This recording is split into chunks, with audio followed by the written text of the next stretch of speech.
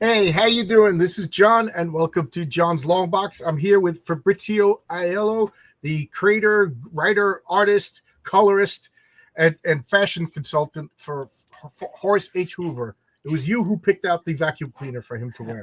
Yeah. Schiller and Schlepper, Fabrizio Aiello. So how you doing? First off, Yang, how you doing, Yang? Is this stream formatted for phone? Yeah, StreamYard updated, and it doesn't give me a choice, and I don't know how to turn this off. So let me know if this is annoying or not. Let me know if this is driving anybody crazy. So I was just telling Fabrizio before we got here. It's raining in New York, so of course it took me 3.5 hours to drive home from work today. So I am furious. So Fabrizio, your job is to put me in a good mood. Yeah. I don't know if I can do that. Yeah. How you doing, Dr. Mask? We got to settle on a date for us to talk, Dr. Mask. Horace H. Hoover meets the Patriarch. Have you read issue number 2? Have you read issue number 2 of Heroic Tales? Weird on the YouTube video. It's coming out vertical. Seems fine on X. Yeah, I think it's. I don't know. Yeah, I think, not to get into the weeds on this, but whenever you set it up to multiple streams, each available stream, you have to set the formatting so it might be defaulting to the phone or something. Guy, you StreamYard. I'm paying extra money for this. Make it easy. Make it easy. Keep it simple, stupid. Almost So anyway, free would be nice, but easy is better. Yeah, easy and free. Just like a couple of girls I dated in college. So you got your campaign going. Oh, put your campaign link in the private chat so I can bring it up. Yes, I will. Yeah, so I launched Horace H. Hoover on Saturday. Yes, I joined your launch stream. This is a comic book that I absolutely been championing since issue number 1 back with your old publisher. I fell in love with this comic instantly. It's everything that I want. You have a what you call it, like a limited color palette. So I appreciate like the a lot of modern colors. I think they have infinite choices, so they make it a little too complicated. Like I really love your color palette. I love your character design, the setting, the characters. Everything about this comic book is just everything that I want. Yeah, I mean, in the beginning, I wasn't sure what direction I was going to go. Honestly, I mean, I love the Bronze Age again, so that's my ideal time. But I kept wondering, what's good for the story? Honestly, is it better to have a more modern looking coloring? I was thinking about doing like the whole desaturated palette, like a watercolor. So I played around with a lot of different things, and honestly, the limited color palette, Bronze Age inking, it just fit the character and everything. So after I nailed that down, the rest kind of came out of that. So before we get too quick, because I know you and we could get off on tangents and everything. Yeah. We got a bunch of people already watching. Thank you, everybody. Yeah, and for those of you who are confused, yes, this is my normal time that I stream. I'm just on a different work schedule. I'm working 3 to 11 weekdays and Sundays for now on, so 6 days a week. And then, but this being Thanksgiving week, it's regular schedule. And since that was the case, I didn't buy it. Normally, if I go in at regular time, I buy a train ticket to avoid driving. If anybody's familiar with Long Island driving, it's not good. But I didn't buy a train ticket for a week, and I should, because it was a 3.5 hour commute today. It's just. I was like cursing at people. Like I would pull up to people, look at them, and be like, "You're an effing asshole!" Like to people next to me. You know what I mean? Like if I had rocket launchers on my car, they would. I would have been a supervillain. This is my origin. 3 hours, that's not a commute. Isn't that like a journey or a trek at that point? It would be a journey if I was moving. It was like bumper to bumper traffic for 3.5 hours. Yeah, that's brutal. Yeah. Although I admit I have a commute as well, and there's a bridge that I just stay on at times for like a half hour, just a bridge, just sitting there. And depending on how much of a good mood I am, I'll just roll down the windows and play the most obnoxious music I can possibly think of. Yeah, I just like it's funny because if I roll down, I've been on we talked about this, but I've been on YouTube. There's a channel called Esoterica, Yep. And it's this like rabbi who's just he has a lisp, and he has this like monotonous drone voice, and he's just talking about like medieval manuscripts on alchemy and everything like that. So I just would think it would be funny, like me just being furious, and my windows are rolled down, and then just listening to these guys talk about like, the Malefictorum or something like that. It's like, honey, I think we should just drive on the median and get away from this guy. Yeah, I love Mr. Bungle. Do you know Mr. Bungle? Yeah, don't be the band or the actual movie that it was taken. The band. Which is some crazy music, but it is one of those things where like, yeah, I want to get away from this guy. I don't know what's going to happen next. Yep. I haven't heard Mr. Bungle in a long. They only have one album, right? No, they have a couple. Oh, they do. Yeah. That was the guy from the second singer from Faith No More, right? Yeah. Yep. Yeah. I love Mr. Bungle.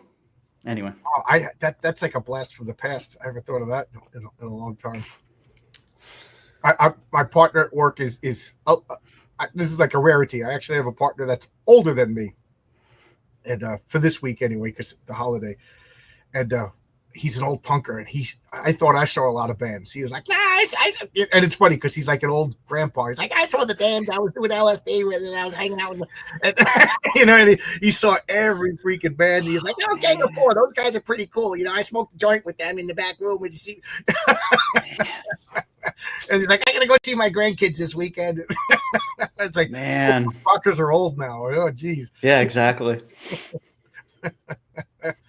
And Mr. Bungle's going way back, but that's the band he brought up today. Was Gang of Four. I don't know if you're familiar with them. I don't know. I was like, yeah. That song was the inspiration for Bikini Girl, one of my characters. Oh, cool. But anyway, we started talking about your comic, and then we get. You see, I knew you and I were getting the weeds for sure. So, where's the link? Let me click on the link and bring up your comic. Okay. Yeah, so this is issue 4. It's a limited miniseries, and the first 3 issues have been published and printed, and they've been out there for several years now. Basically, the whole premise of the series, it's 1920s, 30s, and Horace H. Hoover, who wears something that looks suspiciously like a vacuum cleaner on his head, essentially is like an occult detective. So he will investigate mysteries and supernatural oddities. He gets taken to sort of pocket universes where there's some crazy stuff. And this is sort of the 4th issue, which kind of ends sort of a bigger arc if people have read the first 3 issues. So this is sort of a big deal because the first 3 issues kind of lead up to this. So this is the denouement. So it's a little longer. It's 38 pages, but I felt like I had to give it some time. Sometimes if you end things too quickly, it goes by too quickly and it doesn't feel like it, you sit with it. So this is your second to last issue of the series. Yeah. And you said you're going to do other stuff. You're going to, I remember you said you wanted to do a painting or something. Yeah, I want to do some oil painting, some bookbinding. I mean, I'm never going to stop doing comics. I don't think that's possible, but I definitely want to, take a few months off, do something else, kind of come back to it. I actually like to use that time to study. So I'll do like anatomy and portraiture and a bunch of things. That way, when I come back to the book, comic book artists don't need anatomy. Have you read comics in the 90s? Just lines, just random lines. Just hide body parts behind like desks. That would be funny. Just like Horace H. Hoover's like running through the desert, and then there's just a desk to hide his knees because you can't draw knees or something like that. Oh, he's jumping out of an aircraft, Yeah, I mean, honestly, that's a big thing with Horace H. Hoover because he's kind of like a Sherlock Holmes character to some degree. So I can't really lean on a lot of the action stuff that is easier. There's dialogue and a lot of just talking. It's funny because last issue he got into a fist fight. You know what I mean? And I was like, oh yeah, yeah, an old fashioned fisticuffs. Yeah. So. I do like action. It's a different kind of action. It's an action that you might see Sherlock Holmes and not the movie Guy Ritchie Sherlock Holmes engage in, But we also see one thing. We jump right into the story, so we don't have his background, we don't have his powers. We just see Horace H. Hoover start investigating, and I'm slowly rolling out like aspects of his personality, a little bit of his background, people that he knows through each issue. And we learn a little more in this one. So, I like the idea of continuing the bigger arc, the case on hand, but also rolling out a little more about Horace. I love this cover. This like seems like almost like an EC cover. Like some sort of like EC horror cover or something. Yeah, thank you. Man, covers they are such an art, and I look at Gil Kane or all the greats, and the covers are so different than the interior pages. It's like a totally different skill, and it's like I have 130 pages of practice of interiors, but I only have 4, practices of covers. So it's like you really got to hone in on what makes a cover good. Yeah, and I love that you have words on your cover. I'm not doing it. Renzo's drawing a cover for Bill Williams. He has a comic called Punchline, and he let me write a 12-page story with my characters interacting with his characters. And he has a couple of different writers doing that. So his characters will be interacting with 4 or 5 different creators world, and then each one of those guys has their own variant cover. So the variant cover Renzo did to me, I was like, let's go old school like Justice League.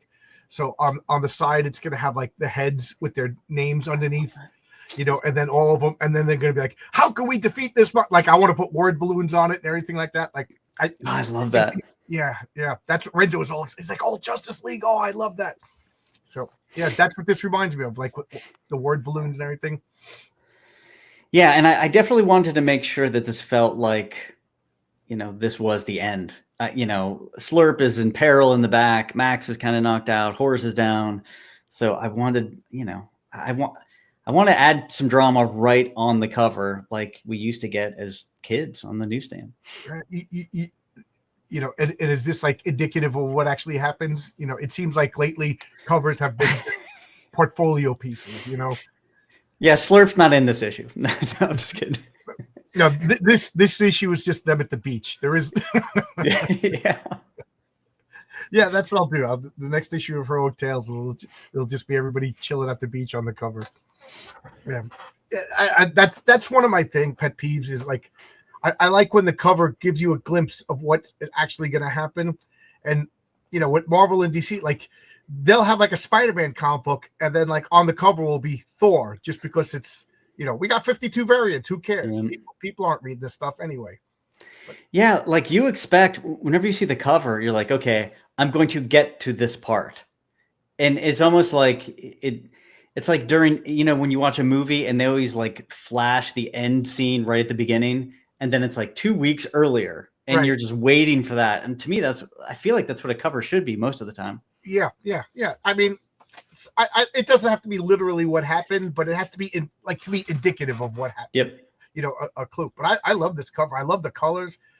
I gotta say, like, you use a lot of orange, and I do kind of like that. Yeah, and from your comic, when I was asking Oscar to color Mary Sue, which is out now in Rogue Tales #2, I said lean more towards orange and gold.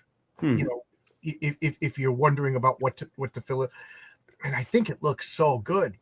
It seems like everybody's using like a lot of purples and blues, but like I wanted more golds and yellows and oranges, and that's all from the way your comic looks. And the funny thing is that was out of necessity because I'm like, Horace is red and blue. So orange immediately pops him from the background. So it's the go-to color for Horace. But, once I got an issue or 2 down, I'm like, it would be awkward to completely change the palette. So I kind of roughly stayed in that same color palette. A little different with like the logo type and the treatment. But yeah, I mean, most of the time with the limited color palette, if you have a green character, you're like, the first thing is like, all right, I got to put a red background to pop them from the background. And it looks like sundown, you know what I mean? So it works as a background. Yeah, the golden hours, my favorite, the favorite time of day. It's the coolest. Yep. let's see what else is on this. So this is, you know, I've been looking forward to this. So I just backed this. This is like literally the first time I'm looking at the campaign page. You know, like there's a couple of people. It's just like I want the book. I trust the guys. I don't need and I don't want to be spoiled. So you know what I mean. So like on Saturday when you launch, I just backed your book. I just went to the backing thing, back. You know, so I'm like, this is the first time I'm seeing the cover. You know, you, Brian Bowes, Wolf and Batsy. You know, anything by Josh Howard. I don't need to see the campaign page. Just tell me what it. Just take my money. Yeah, we talked about this before. Like, I hate trailers for movies. Yeah. Oh my God. If I know it, whatever the movie is, Minority Report or something, I like the story. I know it. Frankenstein is a perfect example. The Del Toro stuff. I don't need to watch a trailer. I know I'm gonna watch it. And sometimes I'll do that. My wife and I will go to the movie and I just look away. I don't want to see the trailer to it. Like I'm going to see this movie, and the art of trailers has changed in the past 10, 15 years. Yeah. They just tell you the whole movie. It's, just get me excited to see the movie. Don't show me everything. And this is the last one to survive in the quest to the West. It's like, dude, you're ruining the whole movie. And I learned that the longer the trailer, the more that it usually means it's a bad movie. Yeah, that's a good point. I mean, they will show everything. It'll be like, I don't know, Mission Impossible, 5 or whatever, and then there'll be a graveyard scene, and they'll show the name. Or it's literally that. Like, they will show everything. They'll show the main bad guy. I like this. I like this page. You got this brick over here establishing where they are, and this is one of my things. Is this is a lost art for coloring, and you do this. Is that the panels have like a different major color to differentiate them. Like we got the 3 in the middle. That's not, I'm not confused, but like, you know what I mean? Like if it's set in the forest, yeah, and it's green everywhere. Sometimes I don't know what I'm looking at. Like it's not obvious when you divide the panels. So I like this. There's no real reason for the sky to be purple or red or green, but it works because it's comic. Yeah. Which is why I think comic books don't really translate well into movies. They're always too different. That that comic books are unique. I'm babbling now, but comic books are unique medium, and there's nothing like them. So like when you make a movie out of a comic book, you have it's like an alchemist. You have to fundamentally transform it. And the best that you could hope for is that they capture the essence, because it's not going to be literal. Yeah, I like this. I'm trying not to look at it too hard, and I'm definitely not trying to read it because I want to see. I thought about just removing all the word balloons, but I'm like, well, I want to show that it's lettered. But I felt like I made it small enough to not spoil too many things. Yeah, I could see word balloons, but they look like Woodstock talking and Peanuts to me right now. And immediately I was going to ask you a question, and I'm like, nah, I don't want to know. I don't want to know the answer. Yeah, I'm excited about this. 4 issues in, I mentioned on the launch, I feel like each issue I've managed to like get solid footing on different parts of comic book creation. The first is just basic storytelling, and then I kind of expanded a little bit with different worlds and scenarios. Then I'm working on the paneling or the pacing, and then with this last issue, I really feel like if somebody said, is this? Yeah, it's my best work. I mean, and you want your latest work to be your best, but sometimes you're rushed, or there's reasons that it's not your best work. You just couldn't figure out a way to tie things together or a way to answer things. So I'm really excited about this, because I think there's some small moments that I think are really important, not just like the action scenes, but there's a couple like dramatic moments that I really liked. So I'm really interested to see what people think of them. Cool. Yeah, I think that like if your latest work isn't your best work, that's my goal. I know I'm not Alan Moore, I'm not Stan Lee or anything like that, and I'm the writer. I got other people doing the heavy lifting, but I like to think, okay, my writing got better. So I definitely think my writing was okay. It sold a comic book in issue number 1. It got better in 2. Patriarch number 3 is going to be my next book. It's so much better. And then I already have like 7 or 8 stories out that people are working on. And it's funny because the latest one is the best, but I'm sure that's not going to be the first one. So, Yeah. well, people won't know, but I'll know. Oh, the best is yet to come, or the best already came, and I can't. The next one's not going to be as good as this. But I'm excited. I mean, I could tell the difference between your two issues, and yeah, it's funny because you don't want to be like, my first stuff is terrible, because it's not. It's good, but you also want to like recognize that you're getting better. Right. So it's like, I mean, when I was like Ralphie when I wrote my script. I was like, John Byrne's going to come out of retirement and draw this. You know what I mean? Like, got up, twirl my wife around, spin around. This is magnificent. And now I read it, and I'm like, oh, man, this is amateurish. You know what I mean? But man, finishing that first book, it's such a big deal. Like, yeah, everybody always talks about, I want to write a script or for a movie or a comic or this or that. They have an idea and maybe they get an outline, but that's usually where it dies. To have a finished comic strip, multiples, it feels great. It's like it's a substantial achievement. Now, I know you're a creative guy. I know you sculpt. I know you paint. You said you wanted to do bookbinding. You play instruments too, right? I bet. Yeah, play guitar. And I know you write short stories, and I don't know if you've ever tried a novel, but like with the comic book, you gotta compensate for. Not compensate, but you got to think of the page turn, panels per page. Did you study to do that, or is this just like I read enough comics? I think I know what I'm doing. So for my first issue, it was hard enough to draw color ink letter and just come up with a cohesive story that I felt had a beginning, middle, and end. That the page turning, I didn't do that till the second half of the issue one. I'm like, okay, I know where the page turns are, but it's that is one of those things that you have to get good at. Yeah. I mean, I understood the concept of it, but like managing your story in such a way to make the page turns is difficult in the beginning. Like somebody asked me how many panels do you put per page, and my answer was it's a feel. Yeah, it's just like I feel like it's time to go to the next page. Like I can't say that. It's 6. Absolutely 6. Like I know Alan Moore on The Watchmen, they did 9-panel grid, and that was the style for the whole comic. Yeah, and that was an artistic choice. But like, I don't know. I'll do splash pages. I'll do double page spreads. I'll do I have one page I think with 16 panels on it, but wow. I think it works because it's all little cameos of their faces, in the Mary Sue story.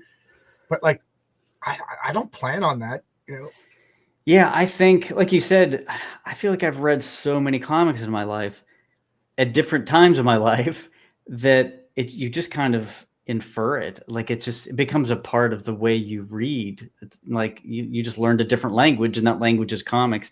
Now, don't get me wrong. I think it's always a good idea to read Scott McCloud stuff, or yes. Those books that are out there. Right.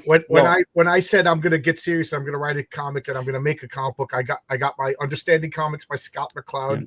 How arrogant is this of me that I met John Romita Jr. and he gave me a bunch of trade paperbacks and stuff like that. So I went back like a week later. I'm like, I got to get something from him. So I gave him a copy of Understanding. Like he's the one person in the world who doesn't need that book. But we talked about it a little bit while we were there. So I like, as I'm driving away, I'm like, I think I just did it like a faux pas. Like, here you go. You should understand comics better. I mean, I'm sure he understood. Like Scott McCloud basically just looked at all the greats and said, what are they doing? Let me compile it.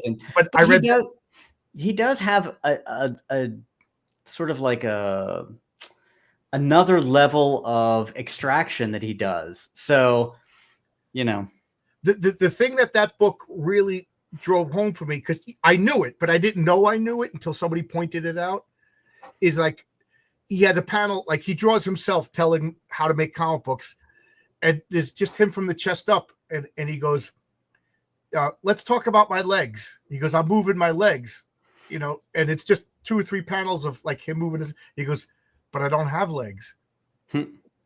they don't exist because they haven't been drawn. He goes, but you accept that they're there. Like things like that. Like we have to infer what's not in the panel also.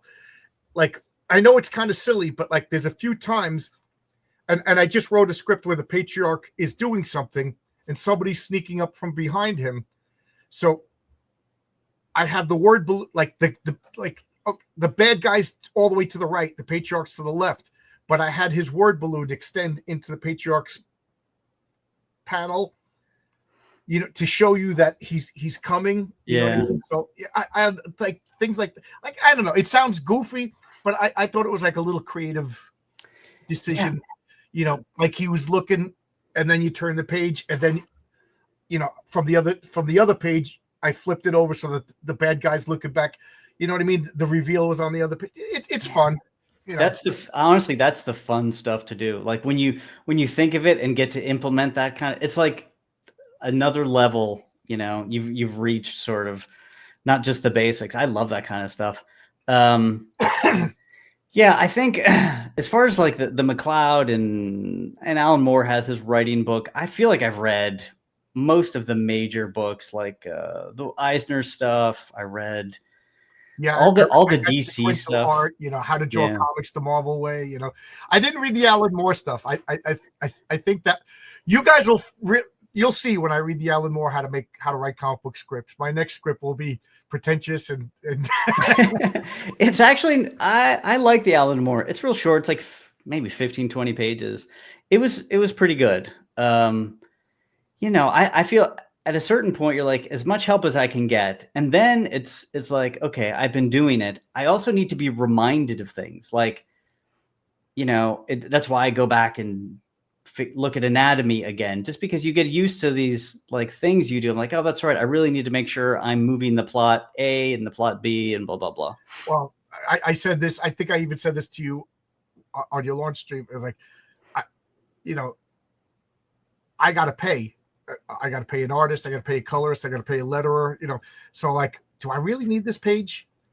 Yeah. You know what I mean? I'm thinking like, I don't like, I wish I was as talented as you. Like you could afford to be extravagant. You know what I mean? It costs you time. I mean, I'm sure it costs you money somewhere down the line, but like, you know what I mean?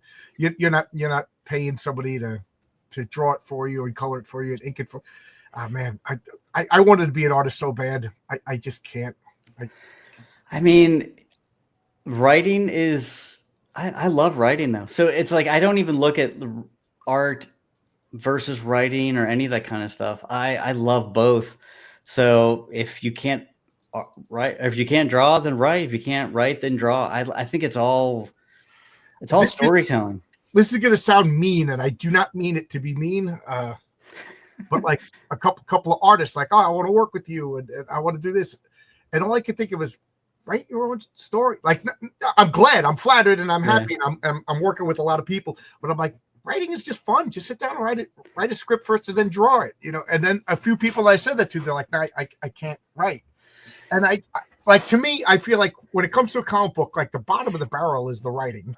You know what I mean? And then as far as talent wise, because everybody could write, because everybody could tell a story, everybody could tell a joke.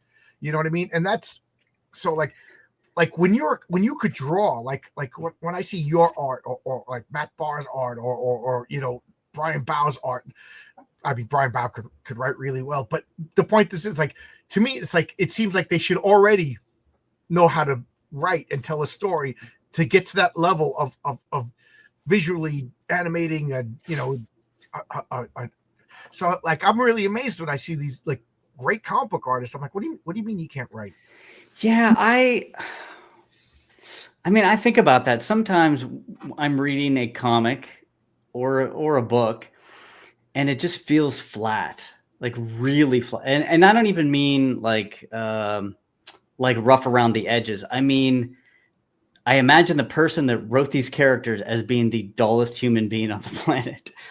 And to me, that's more important than anything. Like, if you're really dull, I think you're just going to write these really dull, flat characters that are just tropes and just cliches. I don't know if everybody has that. I think you can hone it like anything else, but you have to be really aware of like your shortcomings. I hate to say this, as a person, like, are you even remotely interesting as a person? Then you can probably write some character that you can sort of like throw things into. You could only write like Italian white Americans because no, but I assume when he finally takes his helmet off. But well, it's 1920s Italian, so he probably has a big mustache and. But no, what I mean is, like, I don't mean self inserts because that's not what you want. I know exactly what you mean. I'm just. But you put a little bit of yourself in all of your characters, you know. Speaking of Zaid Comics, I just opened these up minutes before I started the stream. Oh, awesome! I can't wait to read them. This is indie comics right here. Zaid Comics. This freaking guy. He was walking down the street and he found a printing press, and he just started tinkering with it. Now he's making his own comics with his own printing press. You know, like kidding. We got big wigs that aren't doing half the work that Zaid Comics is doing. I'm just really impressed by that. That's cool. You know, he got his own printing press. He hired a guy to fix it. Now he's tinkering with it, and now he's making his own comic. Zaid, you could be the distributor for the indie comic scene. We need one. Yeah, we need one. Yeah, I was joking about the representation and stuff. I know. Yeah. That just infuriates me. But do you think a serial killer? Do you think Ted Bundy could write an engaging, funny, interesting character? I don't know. That's funny. Yeah. I bet you a guy like him probably could, because like that he's like such a sociopath. He probably like studies everything, you know. Maybe. I don't know. To get away with like 50 murders, you know what I mean? Maybe he's a bad example, but or like, do you think? But I know what you mean. Like I got friends who cannot tell a joke. Oh, it's excruciating when they tell a joke. You're just like, just get on with it, just please. And then you just laugh because you're relieved that it's over. And then somebody else could tell the same exact joke and get a round of applause. Like, this is going to toot my own home, but in college, my friend Sean had a girlfriend, and she just wasn't funny. And I would tell jokes, make people. So she started telling my jokes. You know, she was nervous and trying to make friends, so she started. And I wasn't there, so she started telling a joke, and everybody was like uncomfortable. And Sean was just like, hey, knock it off, Joe. And she's like, yeah, they would have laughed if John told that joke. And he goes, yeah, well, John would have made it funny. But yeah, I know what you mean. Some people, I don't want to sound like your boy Zach, but like Mags Visagios, you know, they're just a violent killer. Like even the good guys are just, oh, I'm slightly inconvenienced. I'm going to bash you in the face with the baseball bat. You're just like, you know, like, yes, like Mark Miller could write a really scary, I guess he is, Nemesis is a serial killer. Yeah. But at the same time, like if you read his story Starlight, it was like inherently a wholesome comic about a guy who just wanted to get home to his family. And it was very sweet. Like Nemesis, I still have like 6 or 7 issues that I can't read because they really, really bother me. Like they're so disturbing. But then he has other stuff that's so wholesome, because that's a good writer, you know. Exactly. Yeah. Like Alan Moore, the guy's an absolute freak, but he wrote some, like the Tom Strong family was a wholesome, good family, and then, you know, Promethea was a weird, you know, esoteric exploration through magic and tarot cards and everything, you know. Yeah. I mean, to this day, I know it's 2025, and as far as I'm concerned, Frank Miller and Alan Moore still are the best, and I think they will always be the best. Outside of the Stan and Jack, but I feel like that's a different thing, you know. As much as I admire Stan and Jack, I think they were like the Beatles. Like they work best together. This is gonna be, I can't believe I'm actually saying it, but I read Commandy for the first time. I've always been hearing about it, and I read other people write.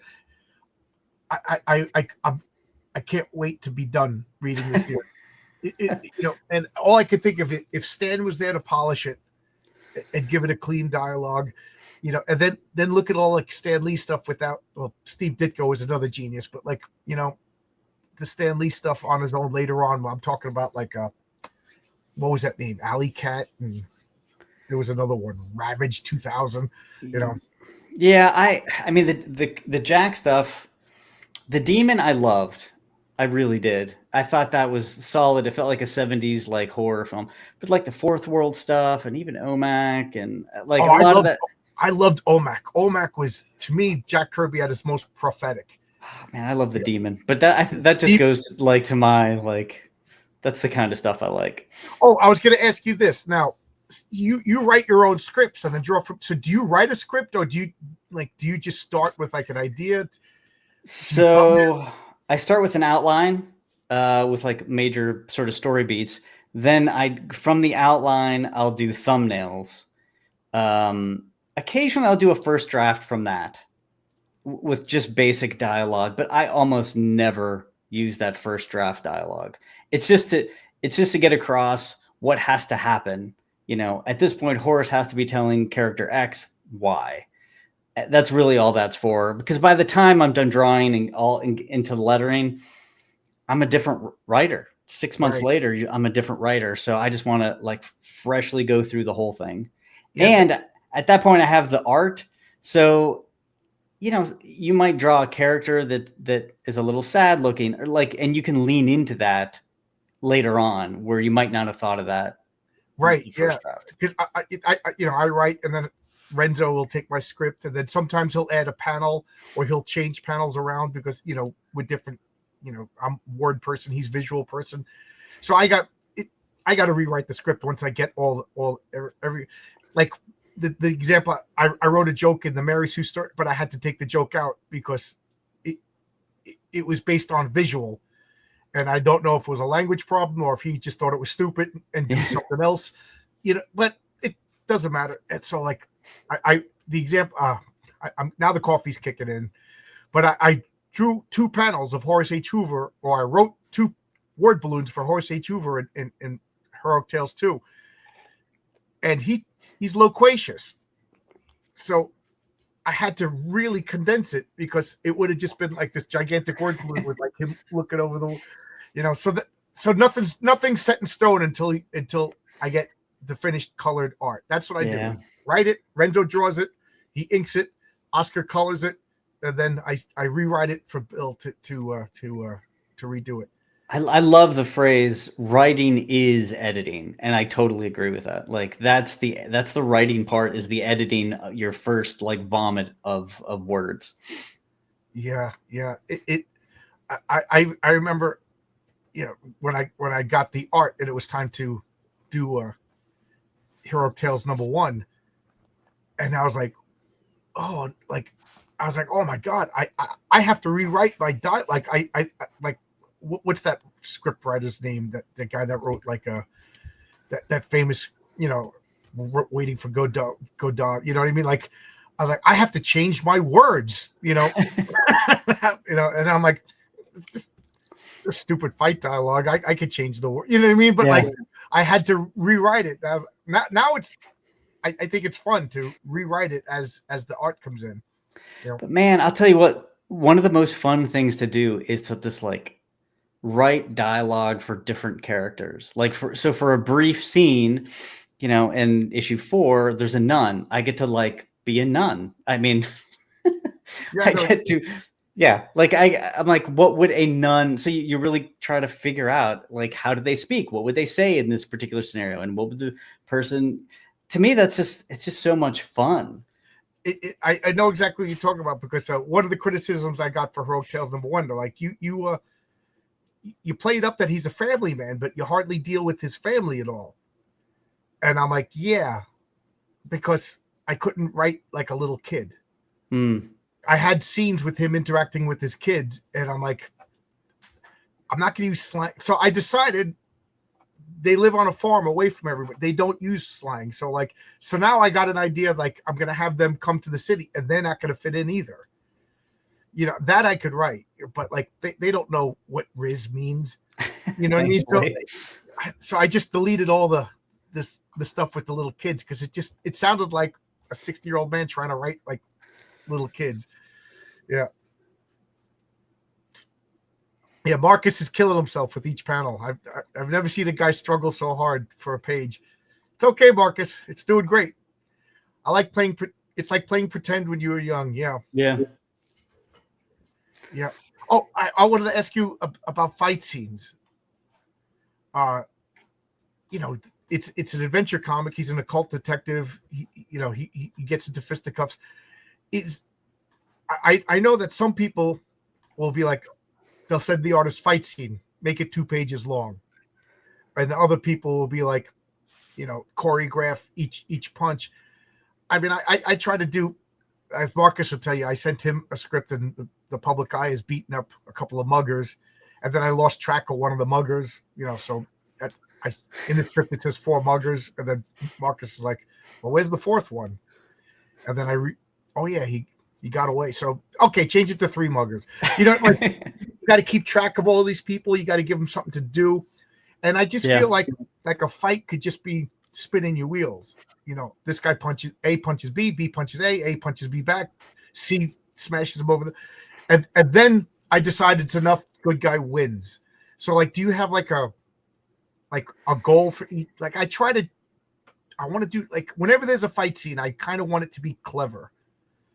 Yeah. So for issue 4, and again, this is the end of an arc, a 4-issue arc. So when you read these together, which is how they were intended to be read together. So when you get to this scene, this is really like the big climax of the story. And I was in the same scenario. I'm like, okay, this isn't just going to be punching, and then somebody wins. It has to be, because to me, Horace, he comes off as maybe so like focused on something. He doesn't notice the forest through the trees kind of thing, but I still want to like show that he is smart. Like he does figure things out. Maybe it's in a circuitous kind of way. Maybe it's in not the way we expect it, but he does figure things out. And in this scene, I'm like, okay, that has to be the end goal. And I approached it like I approached a story. So the fight scene in and of itself is a 3-act structure.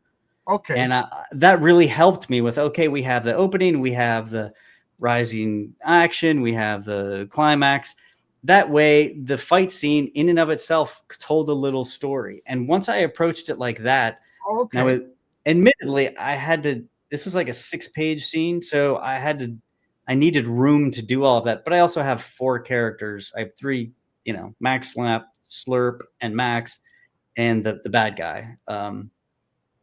So yeah, I think it worked out really well. I can't wait to hear what people say about it, because there's a twist. And I also think there should be some sort of twist. Like you said, there has to be a clever twist. There has to be a reason for this fight to end. Right. So like I wrote, which will be the 3rd story for the Raven, and he's like my Batman street level guy. So he doesn't have laser beams or telekinesis or anything to back him up.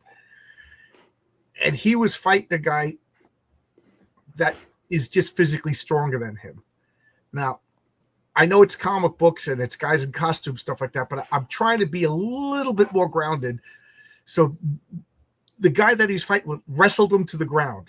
Now, the way I think of like the Raven is like, he'll kick your knees, he'll punch you in the eyes and stuff like that. But when you're wrestled to the ground by a guy that's a foot taller than you, and so I kind of panicked, because to me, logically, that's what this bad guy would do. He's a big hulking brute. He's not gonna, he's not quick enough. The Raven would clobber him. So he was smart enough to, and that's kind of like he took over the writing. The bad guy. I don't want to give his name or anything like that. Yeah. So then I was like, he's got to get clever. But how do I end this fight? And then I was really proud of how I worked out the end of the fight, to the point where I think it's going to be clever, shocking, fun, and logical. And the reason why I'm bringing this up is I've been doing Sunday comics every Sunday, and I'm going through like these X-Men comics, which are just phenomenal.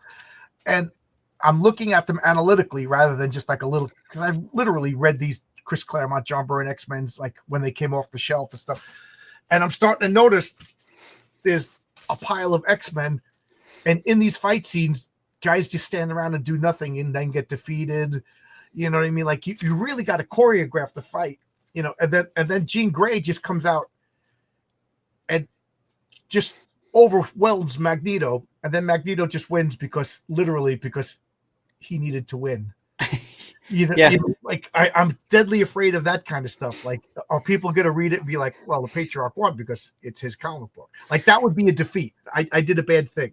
Like, if, you know, Godzilla comes out and Horace H. Hoover just punches him and Godzilla collapses, I'd be like, come on, you know. You got to see why that happened. I mean, ultimately, this is how I look at it.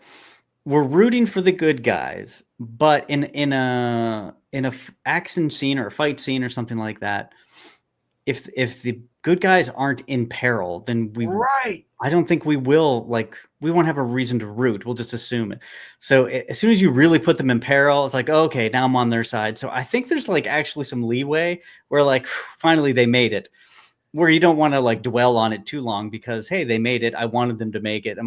It's like somebody calls you up. Hey, I was in a car accident. Oh my God, are you okay? Yeah, I'm fine. He was just a fender. Oh, thank God you're okay. Like, yeah, you know, he's fine. He's on the phone talking to you, but still, well, that's one of the reasons why I like the superheroes a little on the weaker side.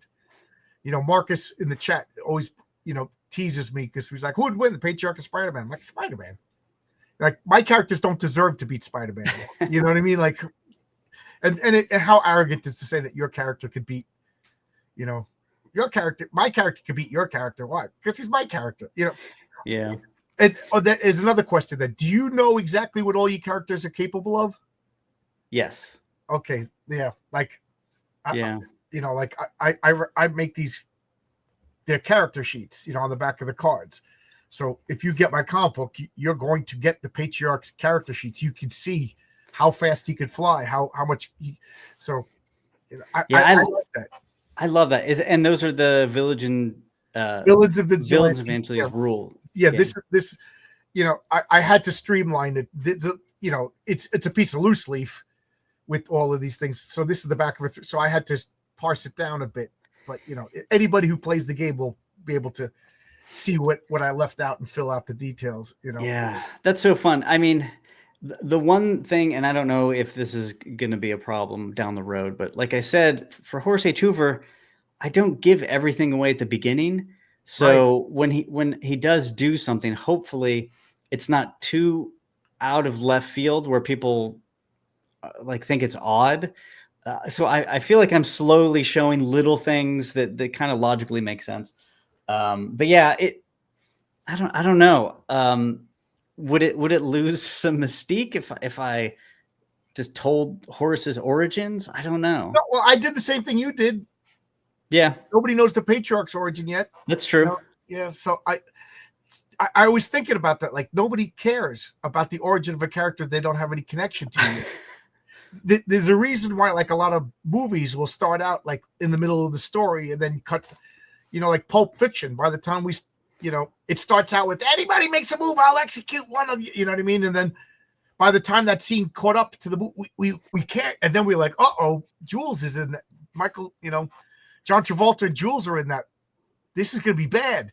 You know what I mean? If they just showed us that scene straight through at the beginning, who are these two guys talking? Yeah. You know. Yeah, so, like, you're doing the right thing. I want to know his origin. I'm dying to ask you, but I don't want to ask you.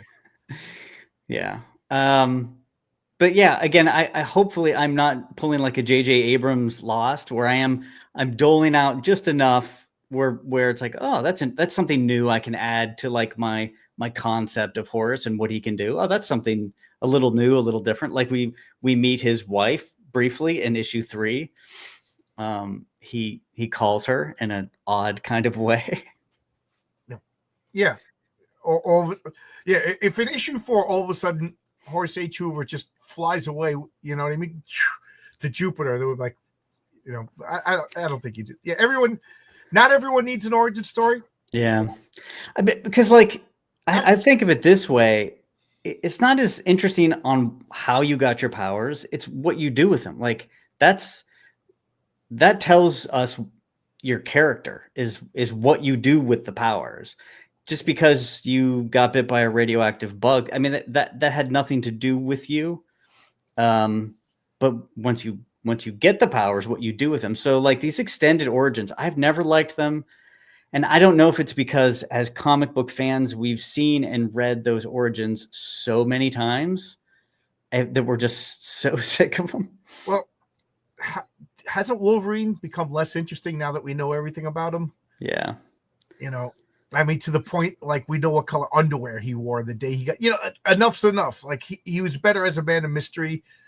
And it was so much fun when they would drop it a little hint every once in a while. Oh, his name's Logan.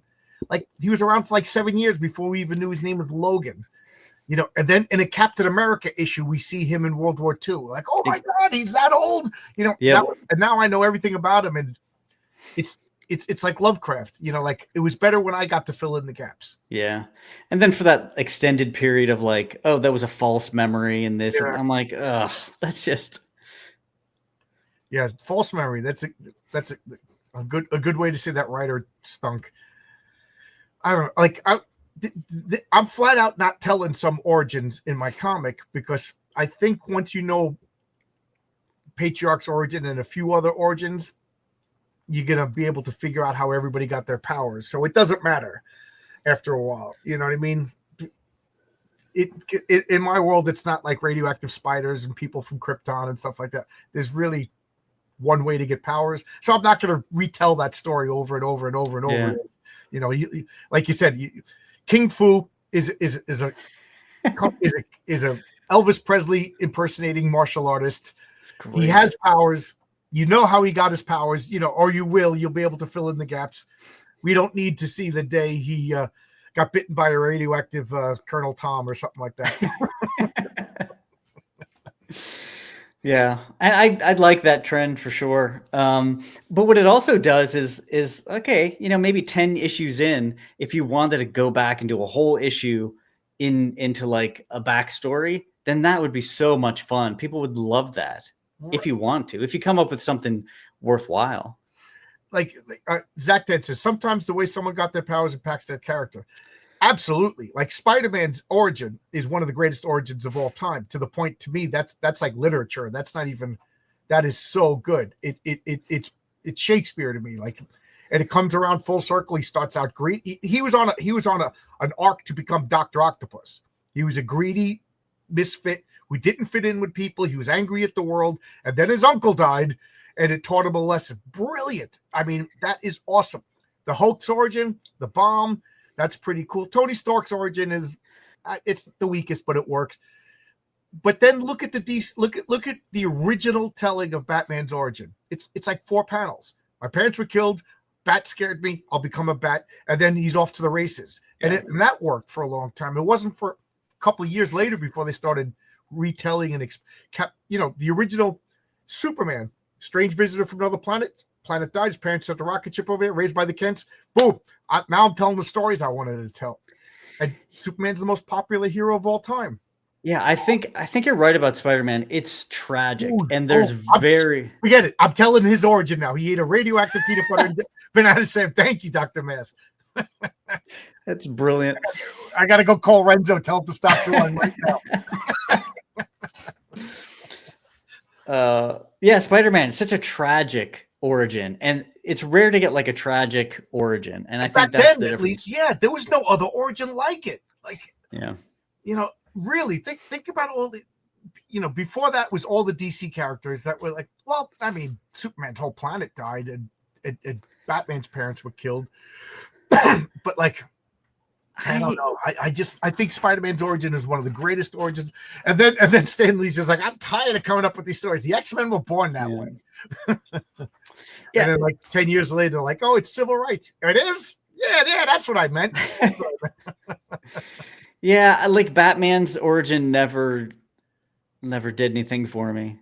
Like it just, I mean, the Punisher's origin is integral to the character. Yeah. That's a good one. I know I catch hell when I always say this, but if I was to write the Punisher, I would have always made him a cold and distant father, not a bad father. Like this is a man of duty. Like you don't just it's not no. How many people lose their family and they don't go out on vent? Like he was disturbed beforehand. Like he, I really like what Garth Ennis said, that he was born for war, to the point like I picked like Robert Duvall. Someday this war is going to end. You know, the unfinished part of that sentence is like, and I'm going to miss it or something like that. Like when Frank Castle went back into regular life, got married, he was doing his duty, and he wasn't like secretly in my mind, the happiest day of his life was the day his family got killed. Because then he had an excuse to go out and do what he's always wanted to do. You know, and if I tell that, I think people would get mad. You know, Dixon, he doesn't like that idea. I think that's a true, that's a true thing for soldiers, like especially like SEALs and Green Berets and Delta Force guys. Those guys love what they do. They really do. I'm not saying some don't like going home, but they say that's the best time of their life. I hear it all the time from those guys. Yeah, I work with the guy who, he doesn't tell me what he's doing, but beating around the bush, this guy's like a mercenary. You know, like he comes to work and then like he'll be like, oh, got my orders. And he's like in a fight, like he does like XCOM stuff. He jumps out of planes and goes into Afghanistan. And he goes, yeah, go on assassination mission, stuff like that. But I'm like, the military doesn't let guys that highly trained just go work on construction sites for 6-7 months. Like I go, you're a mercenary, and he just like shakes his head, you know. Like, don't tell anyone. Wow. But like he says that, like his wife is a high ranking military person too, and like they love it. Like he's miserable when he's not working. Yeah. And like, oh man, I'll never forget, because there was one guy, big guy, who was just like, hey, yeah, I'm not gonna even mention his name, but he was just like, you think you're tough? You think you're tough? I could take you. And then we was this thing called an Alamac. It's the outside temporary elevator that goes up and down the buildings. So we're going up like 40 stories. So it's like a 6-minute ride. And the pest is behind him going, I could take you. You're not so tough. And I'll never forget, he just pivoted on the one foot and was behind him, arm underneath, choked him. The annoying guy choked out, fell on the ground, and then pooped his pants because he lost control of his bowels and everything. And then the guy pivoted back. Like it was like flawless. If I didn't see this, and then and everybody just backed up. We got off the Alamac. That guy just got up and he stunk, and he stayed on the Alamac and he went home. It's a rule in construction, and I'm not even joking. It's a 40-year. If you shit your pants at work, you go home. You get to go home. You know. So this guy went up, and the next day everybody's like, "You still think you're tough?" And he's just like, "I learned my lesson." And we say, there's one thing being the toughest guy in your local bar. There's another thing being one of 500 elite fighting forces who gets like, you know, he wears those Jack Kirby sky wings into the Middle East, you know. So for the record, I think that should be a rule for every job ever. I think just in general, I think we should make that a national, federal rule. Write it into the Constitution. I think that's what the founders wanted. My friend Jimmy, he's a cameraman. He's actually one of the cameramen on the Avatar movies, you know, and wow. He says that. He goes, I'm not feeling good. I think I'm going to go to work today, shit my pants, and go home. Like even the cameramen know that that's the rule. Like there's not a construction worker that doesn't carry extra underwear and t-shirts in their backpack, because you never know. Yeah. Well, actually, I'm always afraid I'm going to rip my pants. Just how embarrassing that you have to work with ripped or your shirt's ripped off, you know. Man. So we always carry a change of clothes in that bag. I mean, I shouldn't complain about like I said, we always go off on these strange tangents whenever we talk. So did you ever shit your pants? No comment. I do work with a lot of programmers, so. Yeah. Oh man. So I see you got stickers. You got a bumper sticker over here. Yeah. Whole kit and caboodle. Original art, sketch cards. So a full color 2.5 by 3.5 by sketch card. Oh yeah, the sketch card in the corner. Yep. A resin model. So it's a 5-inch hand painted resin model, colored, and also an unassembled, unpainted kit. So that's a sculpture that I did a while back. I had it manufactured by Evan Morgan. He's a dude in the UK. Does a great job. I love Yes. how you put a die 20 to scale. Like normal people know how big that is. That seemed normal to me, but maybe not. I don't know. Yeah. Where there was something I was looking for. Did I skip over it? The magnets. Oh yeah. Where's the magnet? That's a reward, a stretch goal. Oh. So okay, guys, we got to get to this. The free sticker. Okay, that's the 5,000 free stick. 7,000. This is my favorite panel in your series so far. Yeah. So everybody will get a shot of that. 11 by 17. So that'll be a nice size. I absolutely love this. Without giving too much away, Horace borrows a key and goes into a hidden room, and there's this crazy library. And I remember that was like, I think the first time I talked to you, I was just like, if you had an artist, how would you describe that artist to draw that? That's, yeah. I mean? There's no way anybody else would have been able to draw that. Yeah, it's because a lot of it is like as you're drawing it, you're changing things. This works a little better. That works a little better. Yeah, it's definitely one of my favorite shots. Yeah. Took me a long time by hand. It's not digital. It was pretty tough. So the stickers or the magnets are 10K, which probably won't happen. But I will say this: I like the idea so much, I'll probably just do it anyway. To be completely honest. So after the campaign is done, I'll probably, sell them on my store or something. You got to tell me how to do that. If Patriarch does well, I would love to do magnets, same scale as yours. So like, with it. So this is a magnet set. You put the characters and then magnetic word balloons, Yeah. Just put different, like, one of the word balloons I'm putting is I shit my pants, I'm going home. Yeah, I think that'd be so much fun. And then, every so often a new issue comes out, new characters, new word balloons. It could just be a lot of fun. That is such a great idea. I'm surprised nobody, that's one of those ideas when somebody does, I'm like, why didn't anybody else do that? Honestly, I was just sitting there and I'm like, all I do is stickers. I'm like, I've got to think of something else. And I didn't know you could do custom magnets. They're not cheap, but they're not that expensive. They're doable, basically. Yeah. I think it would be like an add-on. So then, like, if I was to do it, I'll probably do it as an add-on, so I would know how many to order. Things like that. So I'm not, because right now I'm sitting on a box of hoodies. I sold one so far, but then again, King Fu hasn't been in the comic yet, so I'm hoping. And you have to do a convention. Yeah. Oh, and then we got a lock stretch goal. Yeah. That is just photos of me in Polaroids. Yeah. just Polaroids of Fabrizio, like walking his dog. Now everybody is like, whatever we do, we cannot unlock that stretch goal. Yep. I'm just seeing if there's any comments. Choose your career carefully. Yep. For some jobs, you can't last long if you don't like it on someone. Absolutely. I switched my career when I was in my 30s. I was a school teacher, and I was literally driving to work, and it was snowing out. And I said, "Oh wow, I could. I have an excuse that if I could jerk the wheel, crash, and with a little bit of luck, I'll spend the rest of the year in traction." And I wasn't even thinking I wasn't even joking when I thought of that.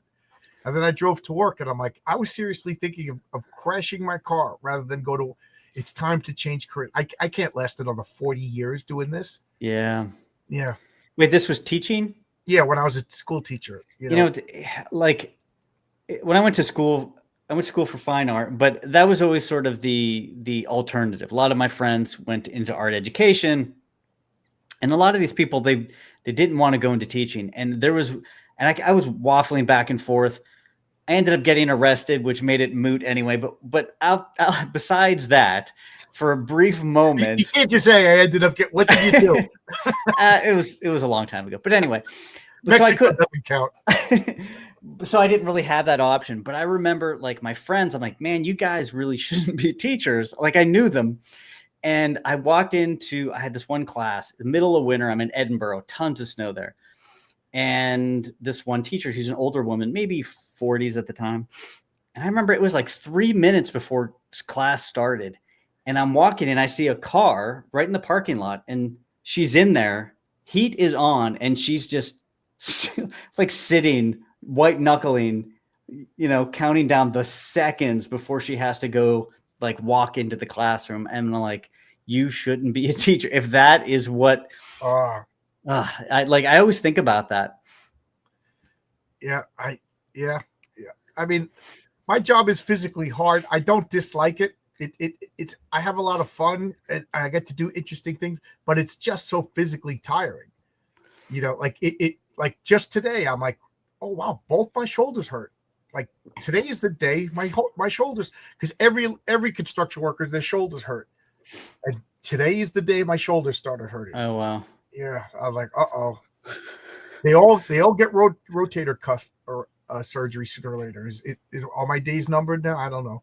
I will say, not drug related. A fight. It was a fight. That's all. I'll just leave it at that. It was a fight. But anyway, it's funny. Like either you do a very physical job, like construction, and certain things break down, or you have a sedentary job like me, and other things break down, like your back. So it's kind of you're picking your poison. But right, I always, when I was a kid, I was always like, I wanted to write comic books. I always wanted to write comic books. That was my dream job. And I was always like a practical kid, even as a kid.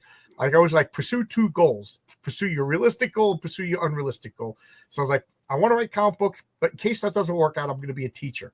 I never wanted to be a construction worker. And then to me, I was like, I was a weirdo. I'm like, I'm never going to get married. I'm never going to have kids. So my backup, like when everything fails, I'm going to be a truck driver.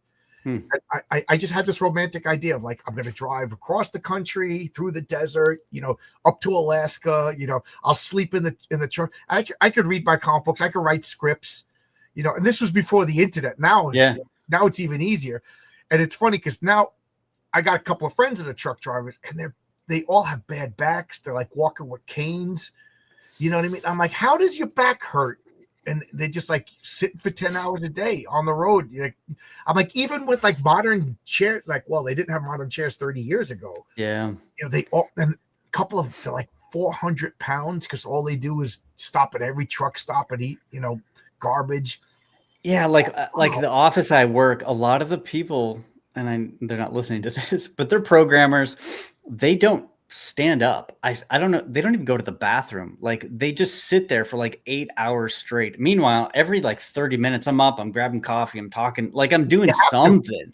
Yeah. Like, and I'm just like, man, when, 5 or 10 years from now, your back is going to be gone. It's going to be gone.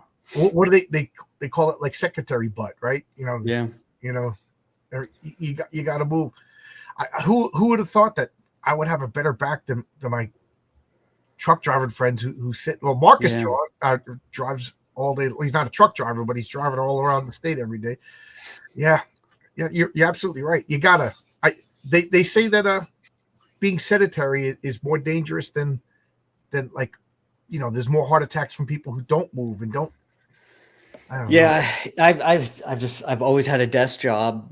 Yeah, I've always had a desk job, so I've seen it firsthand, and you can counteract it with exercise. I'm kind of going off on here, but yeah, it's just like get those treadmills on your desk. I remember there was one girl in college. She was like a real interesting person. She was just like, I forget her major was some sort of like necromancy studies, or like, it's not that, but she was like a medical student that studied like causes of death or something like that. And she was oddly pretty and like very intimidating. When you talk to her, you almost like, I got to prove myself. But I remember when we finally went to her, she had a house off campus. Like she just bought a house, a 1-bedroom house. She's like, I'm going to live here. I don't know where she got the money from, but she bought a house while the rest of us were living in a dorm.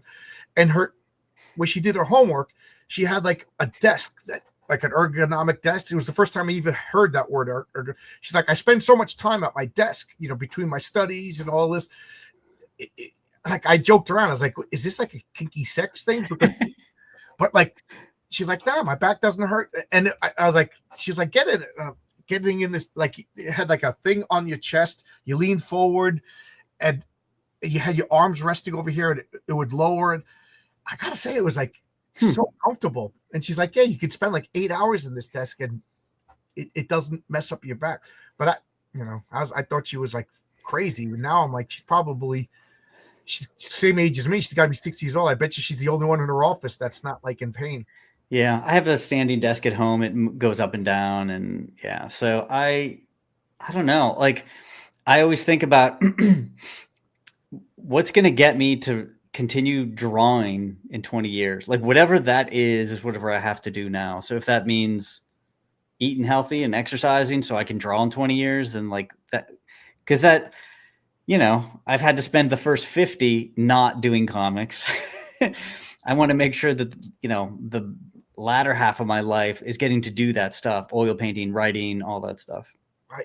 When I met John Romita Sr., I was looking at his hand, every one of his fingers was bent. I think it's bent the other way from holding a pencil and holding it down and pushing on the paper. Yeah. He said it hurt to draw.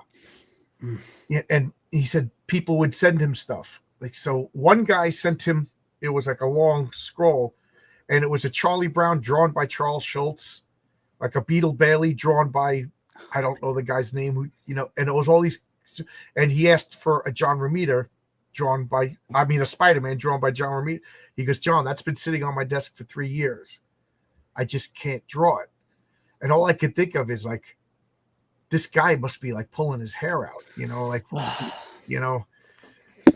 So like, and he said, like, I was like, what about digital? Can you draw it? He's like, I can't draw digital. He goes, my son draws digital. I can't draw digital. That's brutal. I mean, some of them, like Gene Colan, he was drawn like when he was 80 and his stuff was great. Buscema, Will Eisner, those guys lasted pretty long. So I'm hoping, fingers crossed, that, I'll be able to draw until I'm old. Yeah. I wonder if there's like exercises that you could do, or, like, is it just like back then, just cigarette smoke, and whiskey, you know what I mean? And that's why, maybe now you like to think that we're going to find out like 20 years from now. It's like, you guys took like vitamins. What are you, nuts? That stuff will kill you. Yeah. We're going to have to take like bacon grease pills in order to recreate. Yeah. Tobacco, the healthiest thing for you. Yeah. So we'll bring up your campaign again. I could talk all night, and I'd always forget that you got a campaign. I'm going to play your trailer. All right. Okay, cool. Okay. So I'll make it big. And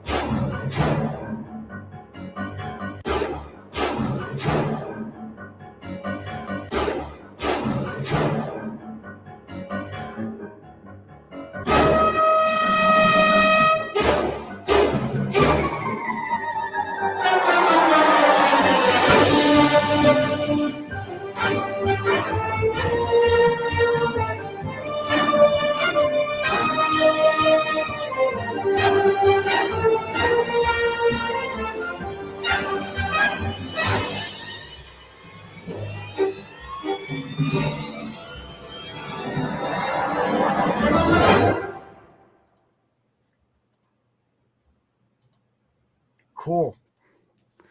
Thank you. Yeah. I like to, yeah. Not dangerous spelling books. Oh man, I like how books are a big part of the story, and I have a book based villain coming up, or who might be a hero, depends on your point of view. But do I know this guy? No, not yet, not yet. I literally just thought of him like 2 weeks ago, and like he already jumped the line of where he's gonna be. You know, I have like 10 issues planned, and I think instead of being issue 11, he'll probably be like issue 4. I like him so much.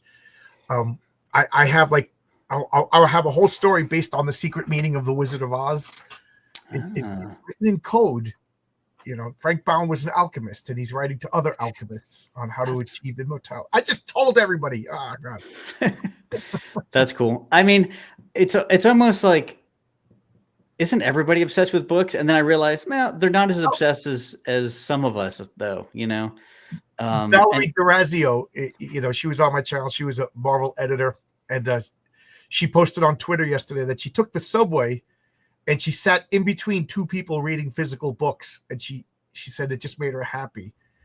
And there's a guy, Rob, if you're watching, I know you're not, but he at lunchtime sits and reads physical books, and he's like, I like to read, and I can't read digital ebooks or anything like that, because I was bringing that Doc Savage book to work, and people like, what's with this fag reading over here? Yeah, I can't read digitally, and the book binding stuff that I'm going to be doing, I think it's just a natural extension of all the stuff that I've been doing since I was a kid. So I'm excited about that. But yeah, there's no way around it. I will find a way to work books into my stories. That's cool. That's cool. Oh, you want to hear a strange criticism? A couple of guys, you know, a lot of guys at work, and I'm always going to new jobs, and within like 14 minutes of meeting me, I'm talking about that I make comic books, and a bunch of guys are like, oh wow, they want to support me, so they'll just buy comics.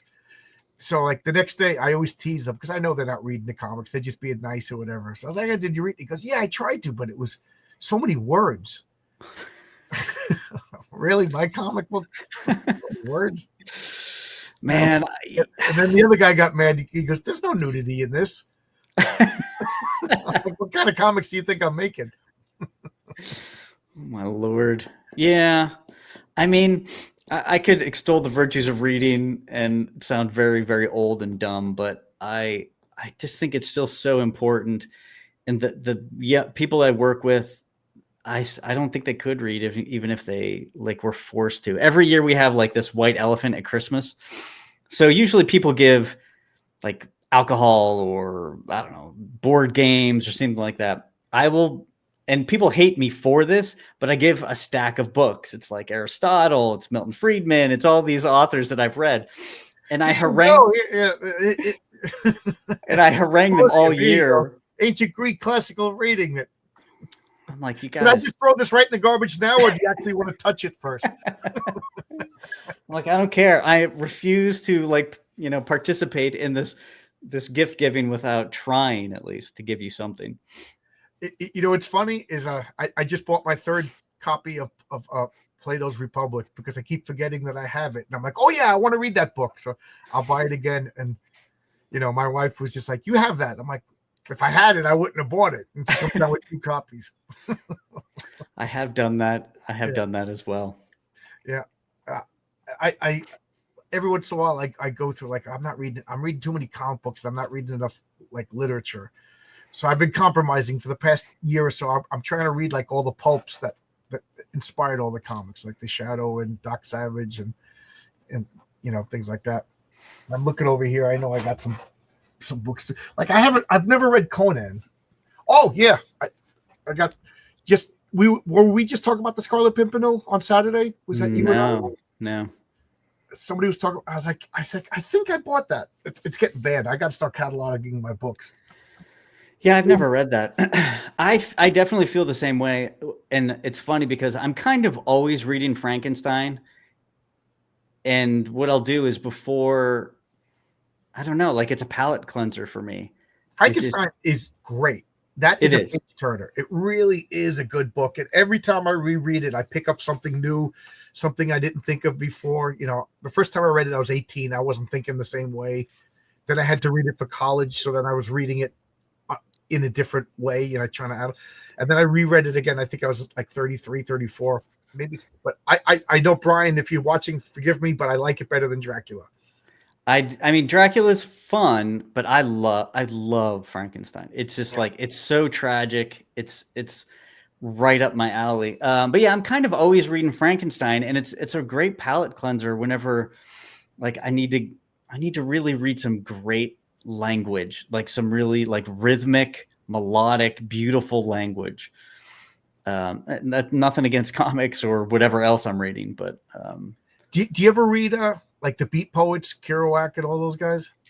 yeah, I was a big Burroughs fan. Kerouac is good too, but I definitely liked Burroughs a bit better. Oh, because I read On the Road, and like it was like a stereotype. I think I was like 22. I read On the Road, and I was like, that's it. I packed up my bags. I moved to Albuquerque. I'm done. Never coming home. And then I read all of those Neil Cassady. I got in such a beat poet. You guys should see me with my long hair and my poncho back then. Yeah, I mean, I loved that stuff. I used to just jump from thing to thing. It's like, okay, the Beat Poets, and then this period, and then that period. Over the years, though, the only stuff I go back to though is like sort of like Victorian literature, or like it's I don't think I've gone back and reread On the Road or anything.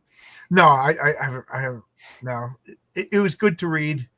There's On the Road by Jack Kerouac, and then it was perfect bookends because I was crashing on my friend's floor in San Diego, and I was working at a pizzeria, and his wife said, "Do you know that there's a book called Off the Road, and it's written by Neil Cassady's wife, and it's her version of On the Road, because On the Road, Jack and Neil Cassady take off, and they even mentioned that Neil Cassady was married and had kids.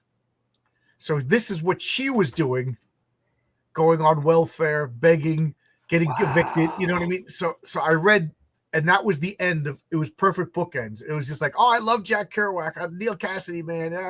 And then you read Off the Road, you're like, what pieces of shit deadbeat dads these guys are. Wow. And then Neil, when Jack was old and an alcoholic, he lived in her attic in Long Island, not too far from me right now. And like a couple of his children showed up, and he was just like, I don't have kids, like he was a piece of crap. Wow. And I was like, oh, great. I got all into it. I traveled across I got it all out of my system. And then you read like the consequences of your actions. And like, oh, okay. There's a reason we don't just drop everything, do drugs, and live like bums. Well, like the two books for Burroughs that really stuck out are Junkie and Queer. I don't know if you know those, but those I read all of those. Yeah. I mean, they were very insightful into those sort of like spheres of like that whole culture, which it was totally outside anything I knew personally. Right. But they were really well done. And the funny thing is, at that time, I'm like, oh man, that's so cool. But now I'm like, wow, what like just like dregs of humanity. Oh, you know who I got into? And then all of a sudden, like just like a light switch, I'm like, I can't stand this guy. But Bukowski, I read like everything by Charles Bukowski. And then I'm just like, wait a minute, this guy's a piece of crap. And it's funny because like 2 years later, my cousin, she was talking about Charles Bukowski, and I'm like, that guy came from like a wealthy family and chose to be like a bum and like scamming on people. And all of these beautiful women that he was talking about, they were really like 60-year-old like bar, you know what they if you ever watched Archie Bunker, there was the old floozy that was always in the, that's what they look like. They should be waiting tables at Mel's Diner. How is this for old references, everybody? 1970s sitcom. But you know what I mean? Like, he wasn't glorious. He was like a disgusting Bowery bum. I mean, the stuff that he wrote about, I have a couple of books of short stories of his. I mean, some really graphically dark stuff. It always made me wonder about him personally, but like, there's a few stories I really do like. And the guy, he is a good writer. Yeah. And he's worth reading. But don't emulate this guy. He was a piece of junk. Like he's talking about getting jobs, and the guy felt sorry for him. He gives him a job, so he just like goes to work and does nothing. And he's like, how long? I could get 2 or 3 paychecks out of this before they get rid of me. And I'm like, what's wrong with you? What's wrong with you? But not everybody has rich parents. Ultimately, he could go back home to his rich parents. Yeah. That's what got me, you know? It's funny because I always think about, and writing and music are similar in this way. Like, I don't know. I'll just pick a couple of big bands. Let's say Kiss, right? Or whatever, like popular rock band or something. Soundgarden or Alice in Chains.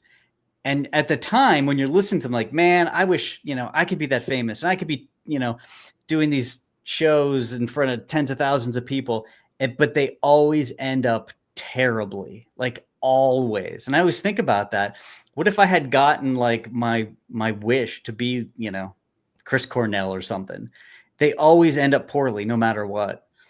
So it's like the writers, almost all writers end up that way too. It's a rarity to have like a successful, wealthy, well-adjusted writer who wrote really good stuff.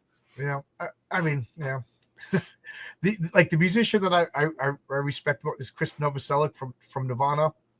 I read an article with him, when Kurt Cobain was still alive, and he said, he goes, I bought a modest house in Seattle near where I grew up because nobody comes to Nirvana to see me. I'm the bass player. He goes, when Kurt goes solo, he goes, I gotta have a nest egg, and supposedly he still lives there. He probably has more money than we could ever imagine, but he didn't go nuts. He didn't blow it all. He got married. He has a life. So, but I don't know.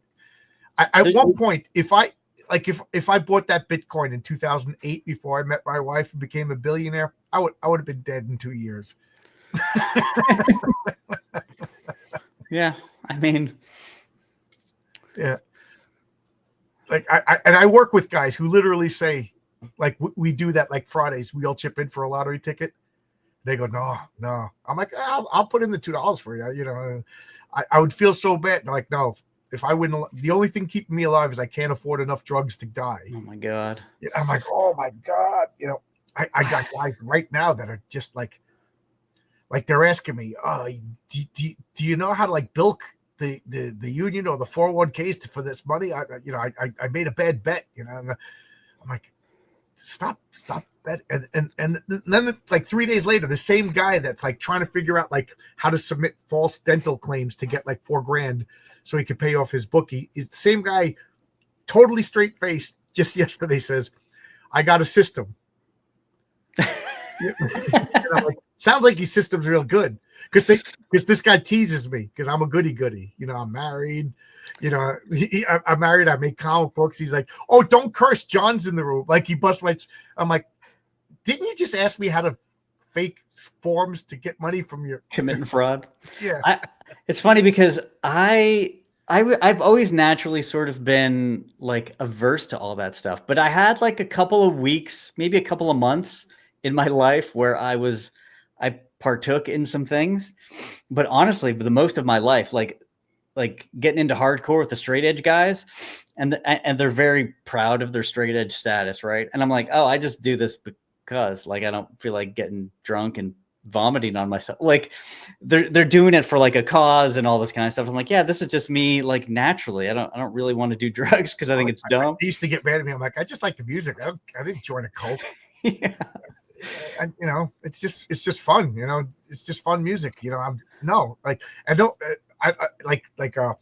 can't I think of the name of the band? But like Agnostic Front and the Korax, they all turned into like Hare Krishnas, like literally. Yeah. I'm like, you see, I'm not gonna go hang out at the airport and begging for money.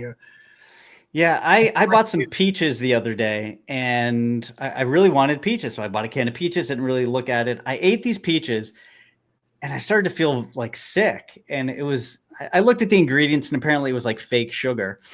And I turned to my wife, and I'm like, I'm sick for like 2 days eating fake sugar. I can't do drugs. I can't drink. Like I can't drink fake sugar and get away with it. Oh yeah, no, my wife teases me because I'm a lightweight now. Like I literally drink 1 day a year at 4th of July because my neighborhood, they do they just like it's like going to a professional show. Everybody's shooting fireworks out here, you know, and so I get like a little chair. My wife and I sit on the lawn, and I get the cooler. It's like typical, you know, rednecks suburbs, and I have like 2 beers. And my wife was teasing me because 3 years ago, I must have drank like 5 beers over the course of an evening. That's not an insubstantial amount of beer, but it's not a lot. And I didn't make it to the bedroom. I passed out on the couch, you know, and snored all that. Thank God it was like a weekend, you know. So this 4th of July, I had to go to work the next day. So she's like, only have 3. You know? Meanwhile, she's a Canadian. She can still drink. Yeah. So no worries if for me going down the Bukowski Road or the. Yeah. The guys at work, like, things are booming now, and I'm already starting to notice guys is doing this. You know, I'm like, oh God, you know, that guy's a jet gambler. You know, like one of the guys, I was like, I'm at the airport, so you could go into the terminal, and there's a bunch of restaurants. So I ate everything at coffee break. I was ravenous. I was like, I want to go get some. So I go in, and one of the guys is sitting at a table by himself. So I get my food and I sit down, you know, like a cafeteria at school. And I'm like, hey, I almost said his name. I'm like, hey, what's up? And he's just like, man, I don't want to be here today. I'm like, yeah, who does? And he goes, no, I because we start in the afternoon. He goes, I went to the rub and tug this morning, and I'm so relaxed. I'm like, that's how you start a conversation with a stranger? Like, I'm going to talk to you about my comic book, you know. I'm just like, oh my God, people are just, you know, that guy's a gambler. This guy, you know, I'm like, oh man. Like, what did you do this weekend? I played board games with my friends, and I probably wrote a script for my comic book. It's like, oh, really? I was gambling. I'm at the rub and tug. I'm over here. That, you know, this one, he hasn't figured out how far he could travel to pick up girls on Tinder and still get to work on Monday. Like he'll drive to Virginia for like a hookup. Holy hell! Because there's nobody left in New York for this guy. It's on the list. Oh my God, I thought I was a weirdo. I'm starting to think I'm the most normal guy in construction. Yeah, I like to sleep normal hours. Yeah. I like to not get drunk. I like to not do drugs. Henchmen. They're not going to be supervillains, but all the henchmen are going to be these. Like, I want to do a comic where, like, Batman is sneaking up. Like, it's one of my pet peeves is like, Harry Potter does this egregiously. Harry Potter puts on the cloak of invisibility once out of 15 years, goes to the bar, and they just happen to be talking about exactly what he needs to know. That's my pet peeve, is when you spy on the bad guy and the bad guy just happens to be spilling the beans.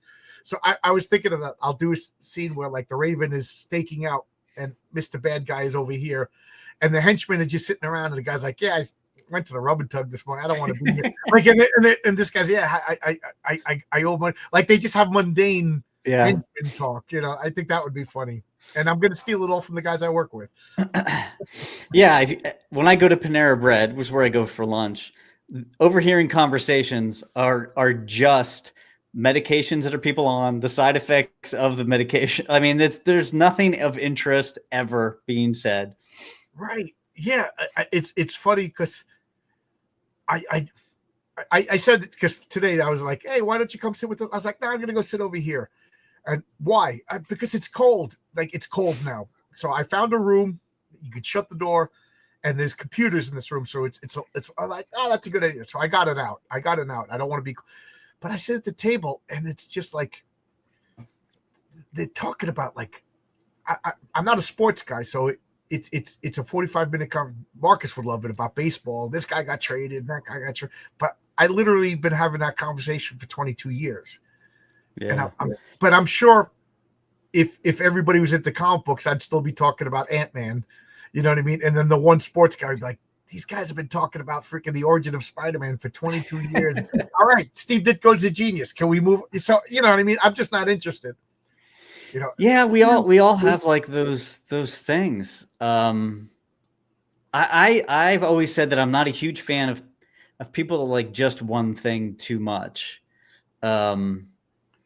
I don't know if I suffer from that, but I feel like I have different. I have a variety of interests, but they're all pretty narrowly creative. You know, Like Like the guy I'm working literature. with now, he's an old punker. I love talking to him. You know, we talk about punk. The guy with the book, when we work together, we talk about books. You know, and he says I like that because I never get to talk about books.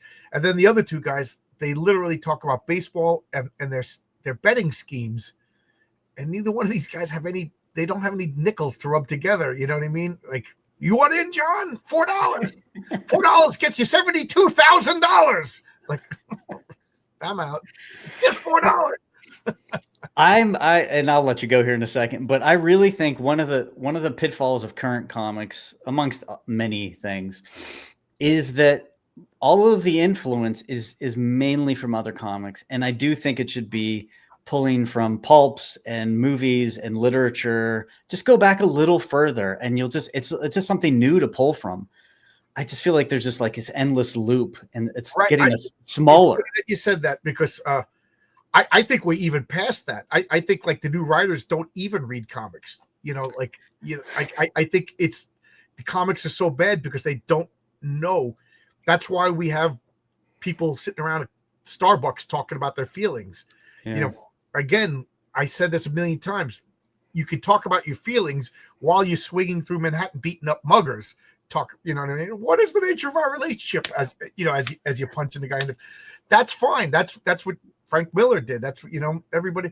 But I think like 10 years ago, it was like incestuous comic books. Like they just read comics. Or like Roy Thomas was bad like that every once in a while. Like I as much as I love Roy Thomas, at the same time he frustrated me. Like his comic Young All Stars. It was a response to the Crisis on Infinite Earths. So like you had Iron Monroe, who was supposed to be the Golden Age Superman, and the Fury, who was supposed to be the Golden Age Wonder Woman, and Flying Fox, who was supposed to be the Golden Age Batman, and Neptune Perkins, who was the Aquaman. So like it wasn't a comic book to tell stories, it was a comic book to fix continuity because and it failed. You know, it was beautifully drawn, but it was just like because you read nothing but comic books. Well, he also read these pulps, but like I think you could get too much. Like I'm into comic books. I would just, and nowadays you got like, I don't know, people who they never read a comic book. But to get to your point, I think rap music is you know, like Run DMC and Cool Mo D and Schoolie D and Ice-T. I can't believe I'm mentioning these guys. These guys were inventing something new. You know what I mean? They didn't like they were sampling heavy metal, Led Zeppelin, and you know, and Motown. And now you've got guys like Drake that never listened to a rock and roll album in their life, never listened to a country music in their life, don't know jazz, don't know classic music. And his music is 4 notes. And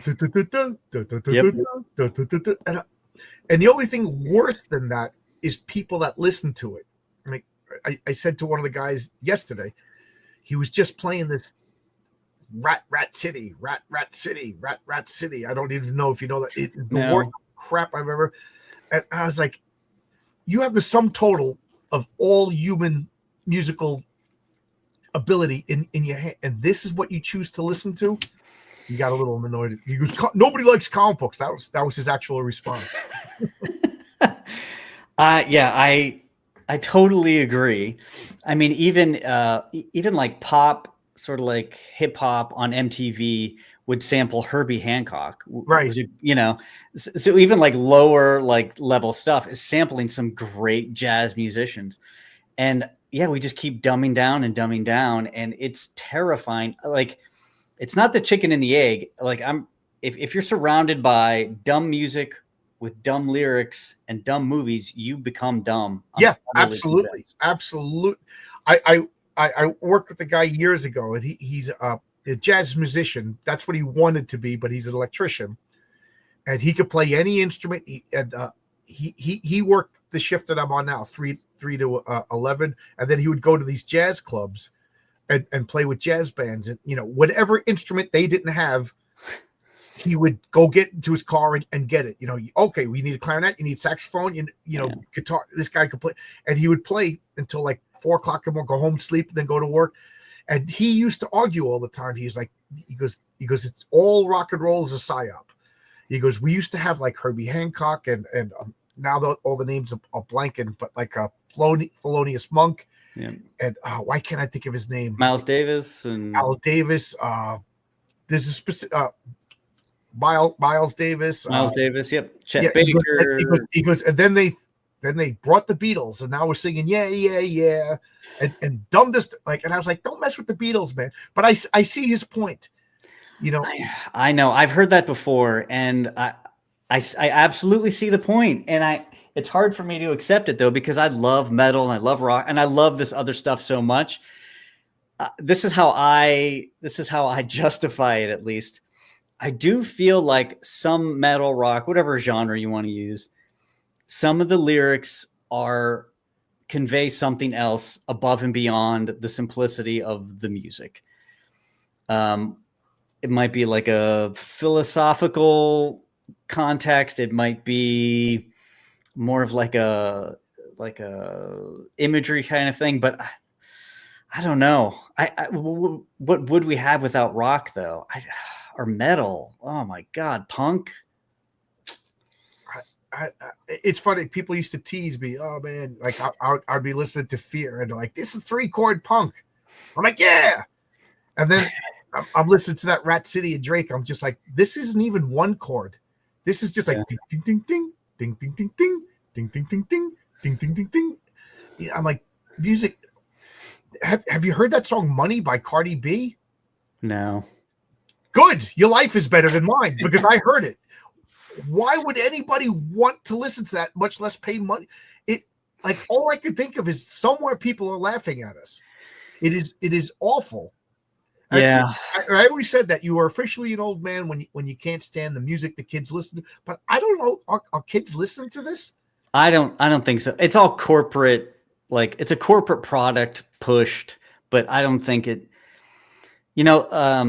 The Gorilla Biscuits are coming to Pittsburgh next year. Oh wow, is a blast from the past. Yeah, with the Circle Jerks. Yeah. And it's like music should be sort of like angsty, and it should be anti-corporate. I don't care who you are. And if you're a young person that just loves corporate music, I just don't trust you. Yeah, I'm gonna like I always hated Rage Against the Machine. Like brought to you by Colgate toothpaste. You know? This comment. Older writers reference classic literature. Marvel and DC now reference the internet memes. Yeah, absolutely. Yeah. The movies stink. You know, I don't know. It just the conspiracy theorist in me is just like they're doing this on purpose. Like it's too much of a coincidence that every great intellectual property has been destroyed. You know, I totally agree. Well, I think it's more than that. I always talk about this. Everything is ugly, right? Architecture is ugly. Everything is ugly. Music is ugly. People are ugly. It's really disheartening. Other people have talked about this in the past. But I follow architecture really closely, and there's these old, beautiful buildings, and they're just demolished, and up goes an apartment building with whatever boxy units, they're throwing up there. Eventually we're going to feel like we're living in like a communist gulag, right. That's it. That's all. That's what it's going to feel like. I in my business, when a job finishes, you go work for another company. You know what I mean? Like, so like, I could, I'm an electrician, but like I've worked for this shop, whatever, like sometimes 4 or 5 shops in a year because that job finished. You go over here now.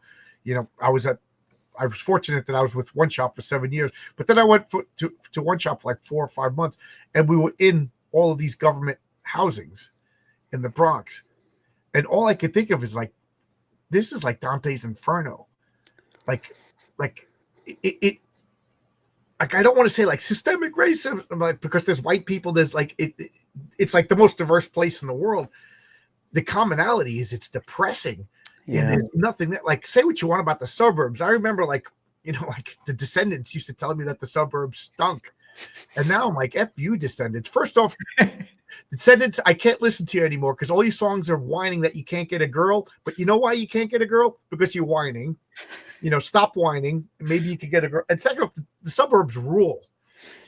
Go live in the suburbs. You got parks, you got space between your houses, you got your own backyard, but your neighbors are close enough that you can have a barbecue, and you know what I mean? It's the best of both. Now I want to live in the country, but like, I don't know. Like, I agree with you. Like, if I had to move to I for 15 years, I basically lived in Queens, in like pretty much like a block away from where that Kitty Genovese was killed, Yeah. It was like, that was right over there, and it was just like soulless, depressing. I got to say, though, at least the people around me, like, they would fix up the gardens and they would decorate so it looked nice. But across the street was public housing. This was private housing, but it was built at the same time by the same people. So but these people, it was public housing, and there's garbage on the ground, literally people laying on the ground, passed out on drugs. But over here, it was working people who were like, I'm going to be here for 2-3 years, save up for a house and get out. And I used to say, like, hey, poor people, it costs nothing to take those garbage out of your bushes. It like, I remember, like, I would come home from school and my father would be like, hey, John, go out on the road. There's beer cans and cigarette packs in the street. I'm like, I didn't drink. Did I say you drank? I said, get rid. I'm in the street. My father's an asshole. Taking. Now, every day I pull into my driveway, if I see garbage, I go and I pull it out of my bushes. You know what I mean? It's like I've turned into my father. But it's we take care. Like, I can't change the world, but I can at least get the cigarette packs out of my bushes. And my wife don't smoke either. It's my neighbor. I was me and my wife talk about that. It's like older generations. I mean, they didn't really have a lot of hobbies. Their hobby was taking care of the house. It was upkeep. It was all of that kind of stuff. And you don't realize how important it is until you drive back into your neighborhood 20 years later, and it's just destitute. Yeah, I remember we went back to Long Island City where my father grew up, and he's like, yeah, there's that. Roll up the windows. We're getting out of here. But, the stereotype was the old Italian guy hosing the cement. You know what I mean? Like, like, what's that guy doing? But his sidewalk was pristine. His driveway was, perfect. His lawn was manicured. Mm-hmm. It's nice. I got into like a fight. I got guys that mow my lawn, and I got into a fight with them. They just doubled the price on me. I'm like, you can't just double the price. I'm like, what do you think? You guys are the only. So it took me like 3 weeks to find it. So I went 5 weeks without mowing my lawn, and I'm like, are we the bad neighbors now? Yeah. And turns out we're not, because new people just moved in next door to me and they park on their lawn. And they turn the house into like a rental house. So there's like 6 cars on the lawn right next to me. I feel like the Bumpuses from Christmas Story live next door to me now. The hillbillies. Oh my God. It is a weird cultural shift that I haven't quite managed to figure out. Yeah. But you can't do anything about it. Either everybody in the neighborhood kind of is on the same page, or they're not. Right. Yeah.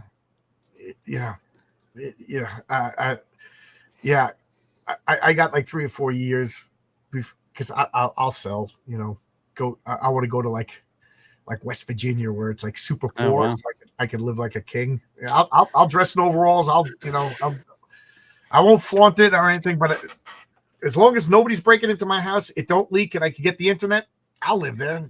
I looked at land in West Virginia because it's close enough to Pittsburgh where I could get there on the weekends.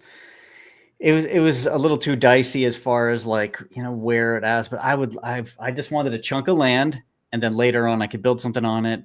I could shoot, I could do whatever the heck I want on it.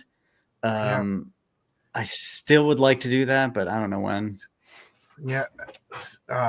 And then I've been seeing that there's houses in Japan for $3,000 American dollars, because the population has gotten so bad that there's like rural houses that are just abandoned.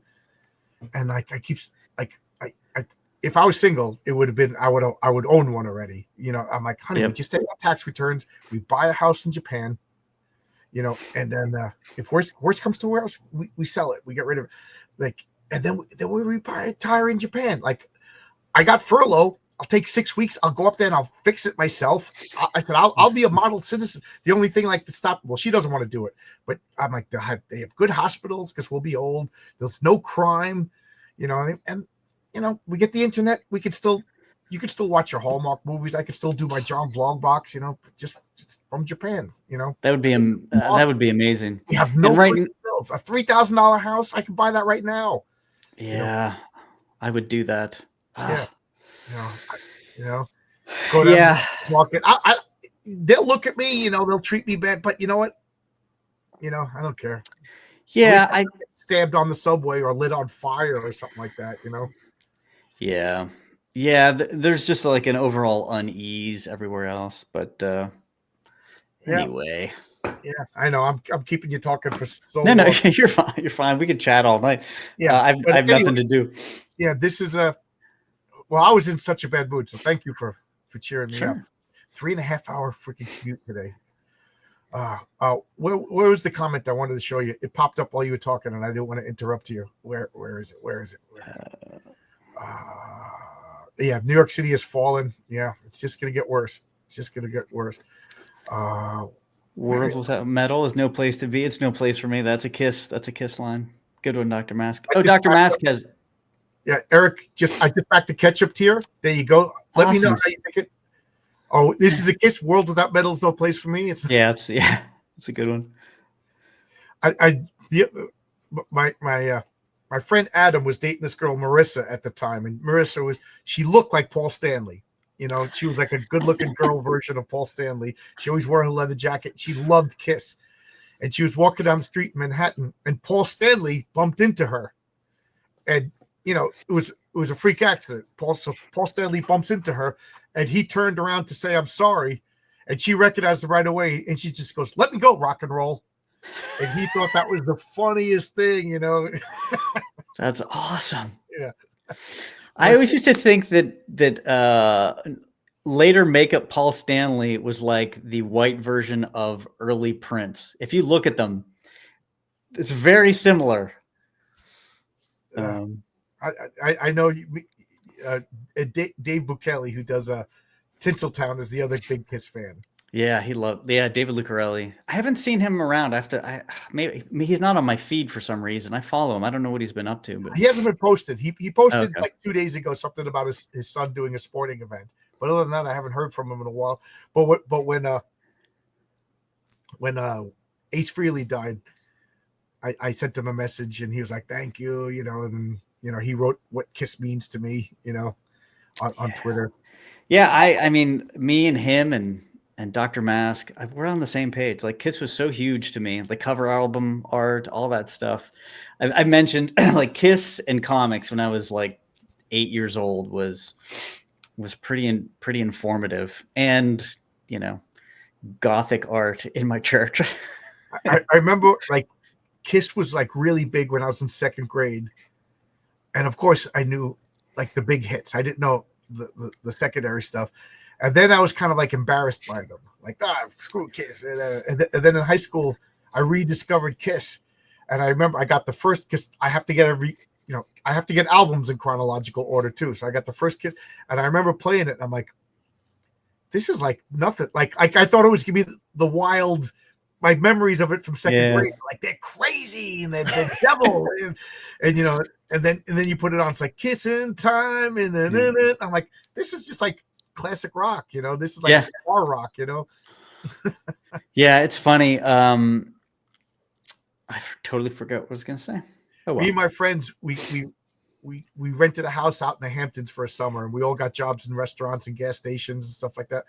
And it was like our first time away from home, so we were like, I don't know, like 19 years old. We were too young to go to bars because it was 21 at the time. So we worked at restaurants and then got beer and everything and just partied in the house. We would get kegs, and so we turned the house into a bar. And it was just like by accident, it was Kiss only. Like, so Kiss, like if it wasn't Kiss, it was Cheap Trick and AC/DC. You know what I mean? So it was Kiss, AC/DC, Cheap Trick weekend. And girls would come over and were like, "It's kissing time," and they didn't get the joke. They're like, "Well, I'm not gonna kiss you." I was like, "No, it's kissing time." They were all artists, so they painted Ace Frehley faces, like, and it was in the middle of the neighborhood. This house, it wasn't just like the party block. It was so like regular people are coming home from work, and we just got like a big Kiss banner in front of the house. So cool. One guy came over to yell at us to turn down the music, ended up drinking with us all night. Yeah, it's, like your first band, I can never like not like them. It's like your first comic, it's your first anything. So I've never, even when my metal, hardcore, punk days, it doesn't make a difference. Like I just add things to my collection but I never like expel things. It's funny because I have, like I said, the Descendants, like I'll play Pandora at work, and I'll make like a station. Like I got a Fear station. I still love the band Fear. And then like the Descendants will come on and I'm like, nope, I don't, I just can't take guys whining about, I can't get a girlfriend. It's like, shut up. And then like the Henry Rollins, he comes on. I just like, shut up, Henry. But like Sex Pistols come on, it's like, turn that up. Never mind the Bollocks is still one of the best recorded albums of all time. I can never get like Iggy Pop, Cold Metal comes on. Oh my God, that's blasting as loud as I can play it. But like a couple of bands I can't take anymore.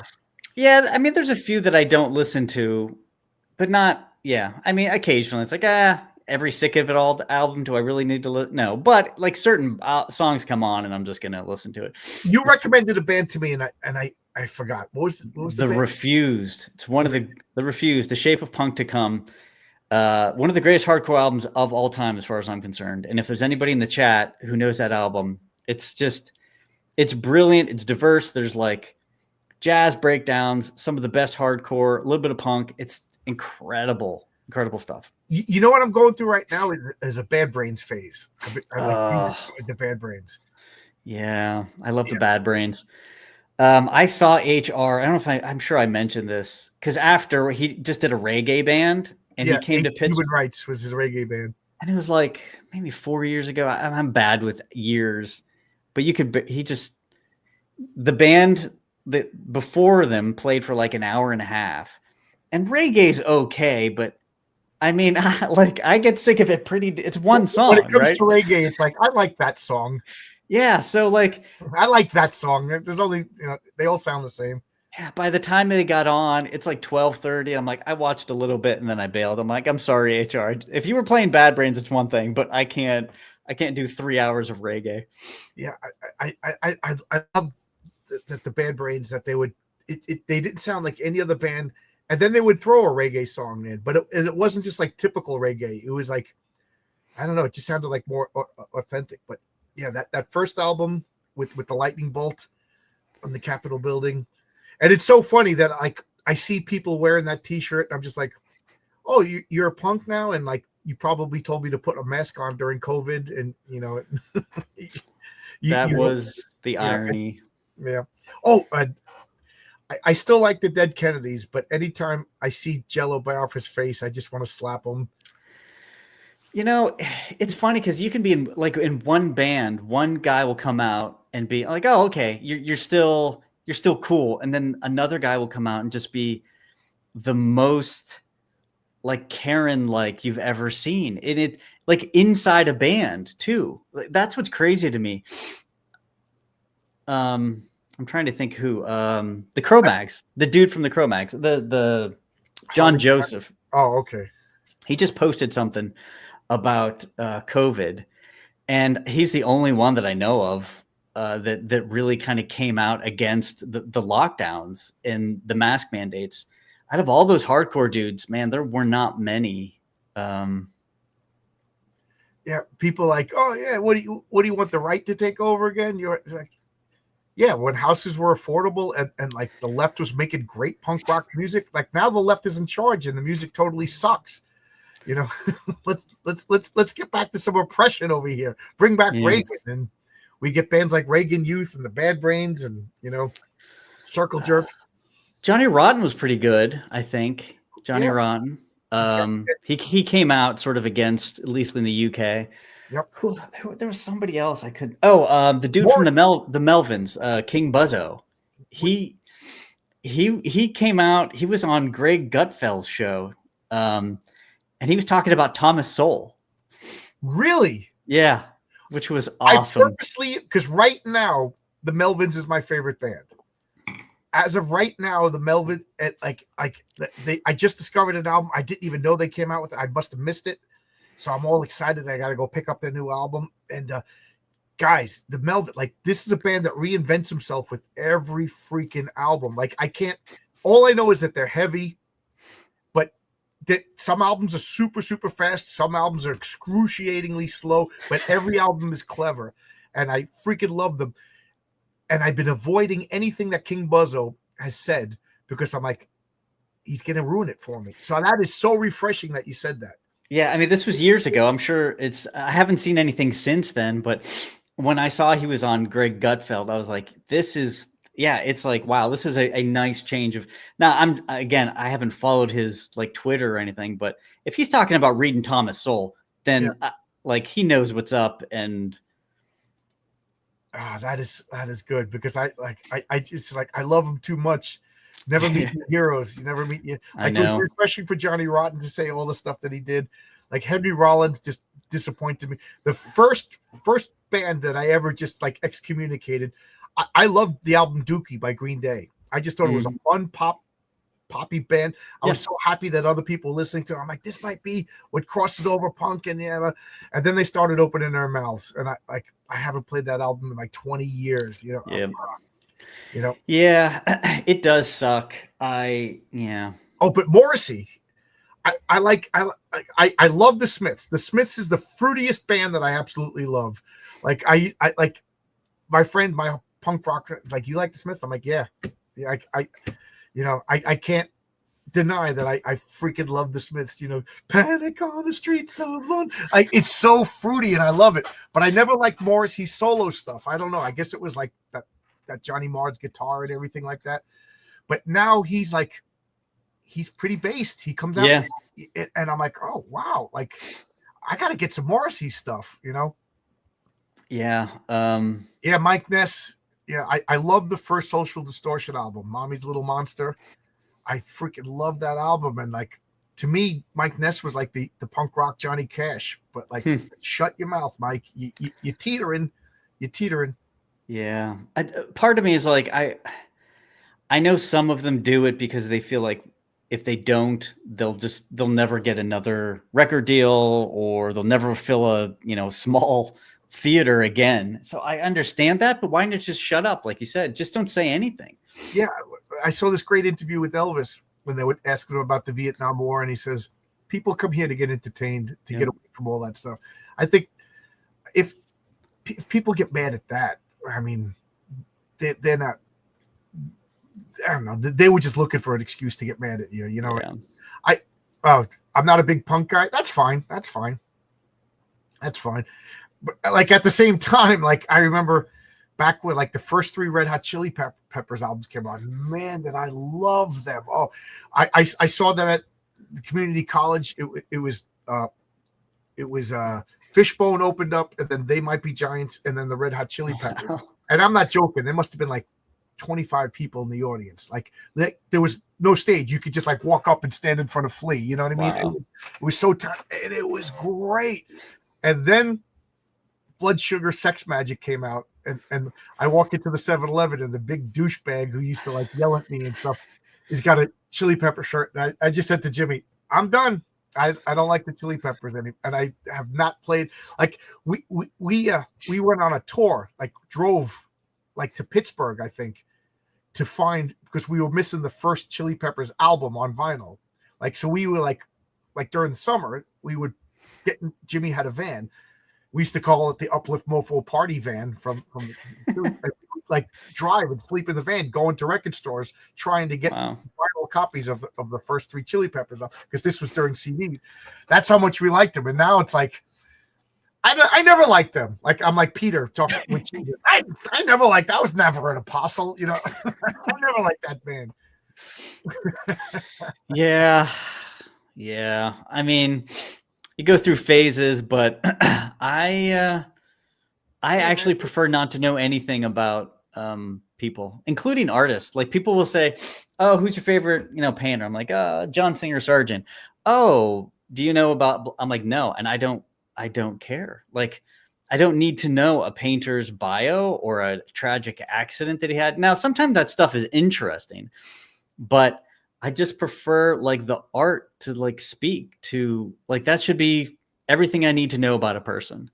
Yeah, that was the Steve Ditko. I remember when I was working at the comic book store, he got a DVD or VHS. That's how old it was, and it was like I forget what it was called, but it was like at the time it was Will Eisner and all the comic greats, Neil Adams, and the last one on was Steve Ditko, and I was like, wow, I'm finally going to see what this guy looks like, you know. And I thought it was going to be like him in his chair working, smiling, and it was him like in the voice of Mr. A. Mr. A is and I was like, this guy's a lunatic, and he said that, because the art, because you don't need to know me, you need to know my art. And my Larry was like laughing because he already watched it and he knew that I was going to be like, You knew that. So, yeah, I mean, my views on Steve Ditko have changed a little bit, because I've always known the objectivism stuff. You know, even for a long time, I've known that, which is fine. I've read a lot of Ayn Rand. I also think you can get a little myopic with it and just focused on her. And I do think, and I also think people straw man objectivism and Ayn Rand, and then, you know, attack with their misrepresentation of her arguments. But yeah, for sure. I mean, some of her stuff is just pure Aristotelian stuff. So it's like they're attacking her, but they don't realize it's kind of Aristotle, you know, and this and that. But anyway, I like The Creeper. I just read that like last year, like The Collected Creeper, and I loved it. I don't know, but I didn't see any sort of ham-handed, heavy-fisted moral philosophizing in The Creeper. So it's like you can have that attitude. You can be the biggest Ayn Rand fan in the world or whatever. It didn't come across in The Creeper. Obviously, Mr. A, I think, was like his like I don't know in the timeline when Mr. A was compared to these other books, but Mr. A, I think was the last of his like detective heroes. He was after the Question, because, you know, he left DC, but that was his own character, and he could do whatever he wanted. If you get there's 4 Mr. A comics, and if you buy them or the reprints, there's another character called Killjoy. And that is my favorite Ditko character. He's just a lunatic. He's just like pointing at you and laughing at you, as like he'll hit you and fall down. And like, oh, what are you going to apply for welfare now because you can't work? Ha ha ha. You know, and then like all the people are just like stereotypical arguments. Save me from the consequences of my actions, Mr. Killjoy. It's so freaking funny. I think his character design, like the Creeper character design, is actually one of my favorite characters ever. I love his character design. Anyway, not to go off on the Ditko stuff, but oh yeah, but DC never knew what to do with the Creeper. Yeah, Ditko was the only one who did the Creeper well, if you ask me. Like, he's such an odd character that, like, is he a demon? Is he not a demon? Does he have superpowers? What's the story, you know? Yeah, and they kind of made him a Joker character later on, but that was just an act. He wasn't, I mean, that wasn't who he, anyway, I highly recommend that first run of the Creeper. I like the original Hawk and Doves too. I thought they were pretty good. I have some. I haven't gotten around to read it. I always meant to. Yeah. I mean, Marcus is drawing the public eye, and I told him, rip off Ditko. You know, just, you know, he's killing himself. Marcus, you don't have to kill. He's like looking for panels. You know You know, copy. Did you read The Stalker yet? What is The Stalker? Not yet. I'll tell you what, and this isn't an excuse, but as soon as I finish issue 4, I'll be able to do things again, like read. But I'm kind of at that point, especially with the holidays coming up. I'm gonna like be able to catch up on a bunch of stuff. So, well, you know, I gotta eat dinner and then go to bed. Yep. And then I have 4 days off, and I hope to finish fulfilling all of these comics. I got a message yesterday. I forgot to send out the digitals files for everybody on Kickstarter. So some guys like, I see people are getting their comics. Did you? I was like, oh, it must have went in your spam folder. Resend. So that's awesome. So if you backed on Kickstarter digital file, check your spam filter. So all digital files are out, and I'm just going down I can't jump around, so I'm just going down in order, fulfilling comics, because I know if I skip around, I'll miss people, and I don't want to get anybody mad. But I have 4 days with nothing to do but fulfill orders, and it's amazing what you could get done when you don't have to wake up, go to work, come home tired. So I hope to be finished. I'm just under 50% done. Awesome. So everything will be. Yeah, it's exciting. It looks so good.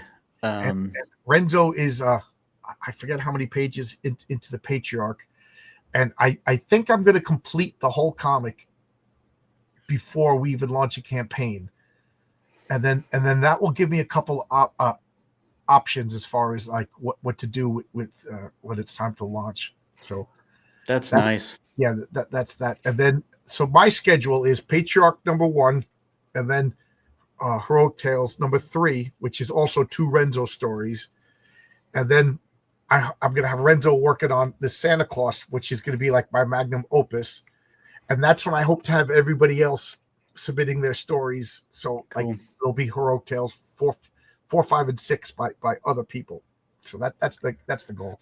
That's exciting. I mean, getting that many books out that quickly is really nice. I hope so. So my goal next year is Patriarch #1, Heroic Tales #2, and I'm hoping Eddie is doomed. You know, it's I know Tonic Bowl is backlogged with his stuff, and as soon as he's finished, but Oscar is working on his portion of the comic. So that's my goal, to have 3 comics out next year. Man, that's great. Do you have a time frame for Horace H. Hoover 5? It'll be out next year, is my guess. Depending on how well the crowdfunder does, will kind of dictate how much of a break I take. Same with me. I'm assuming it's going to do well, but you know, I'd rather assume positively than assume negatively. Yeah, for sure. Yeah.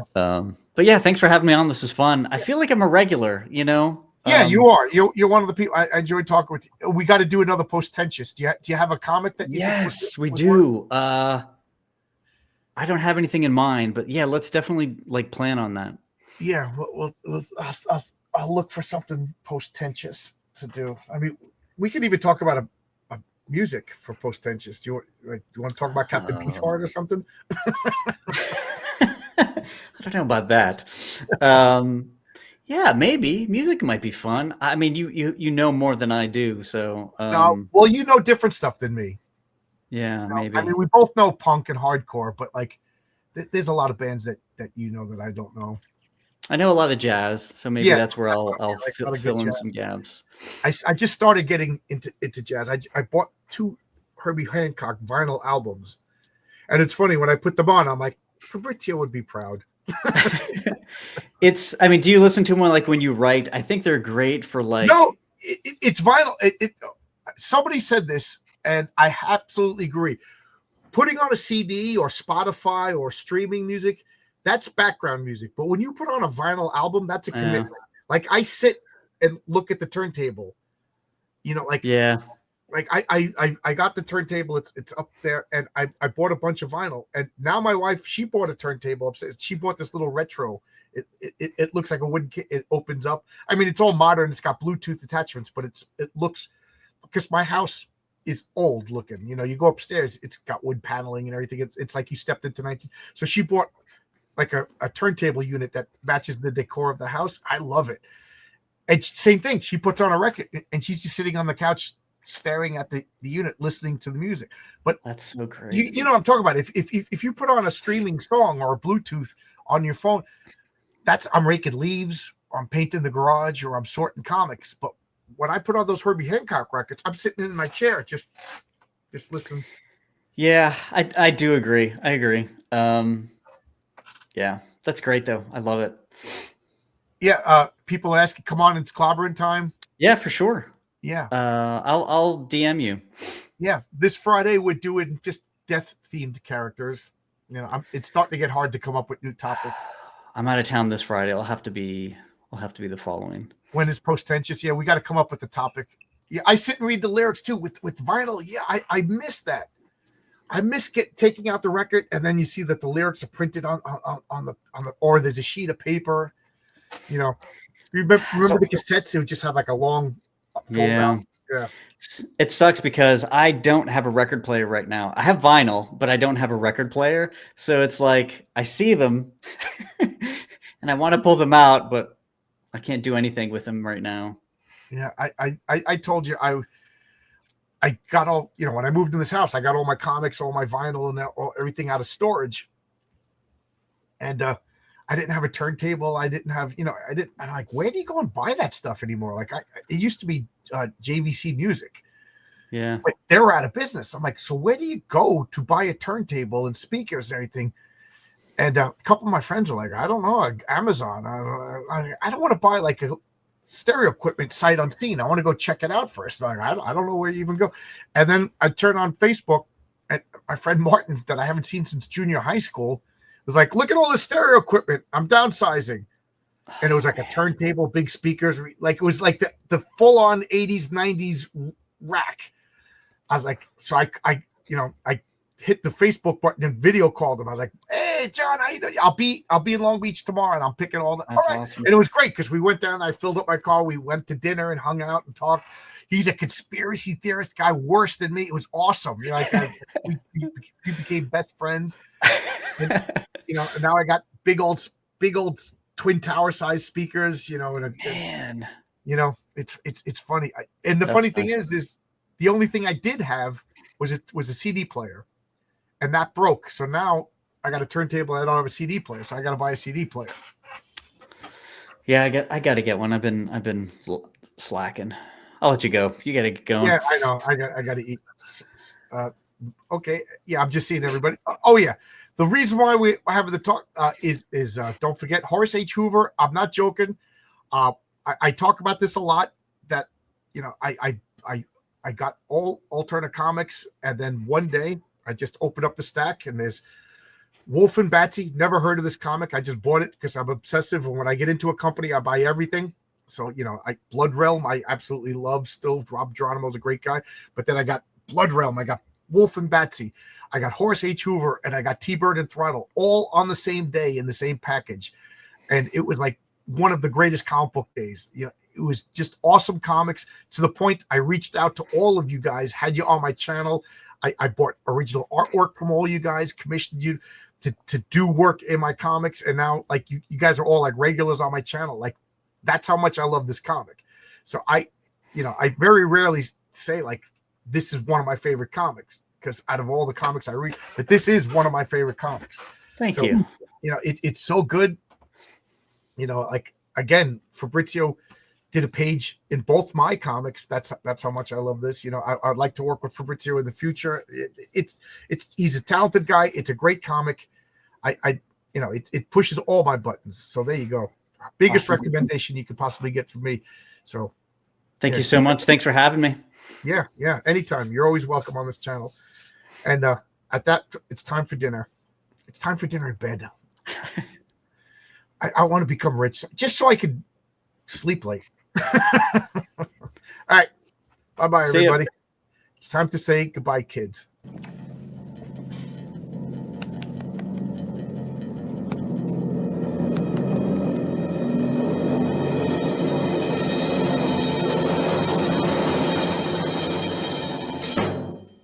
Goodbye, kids.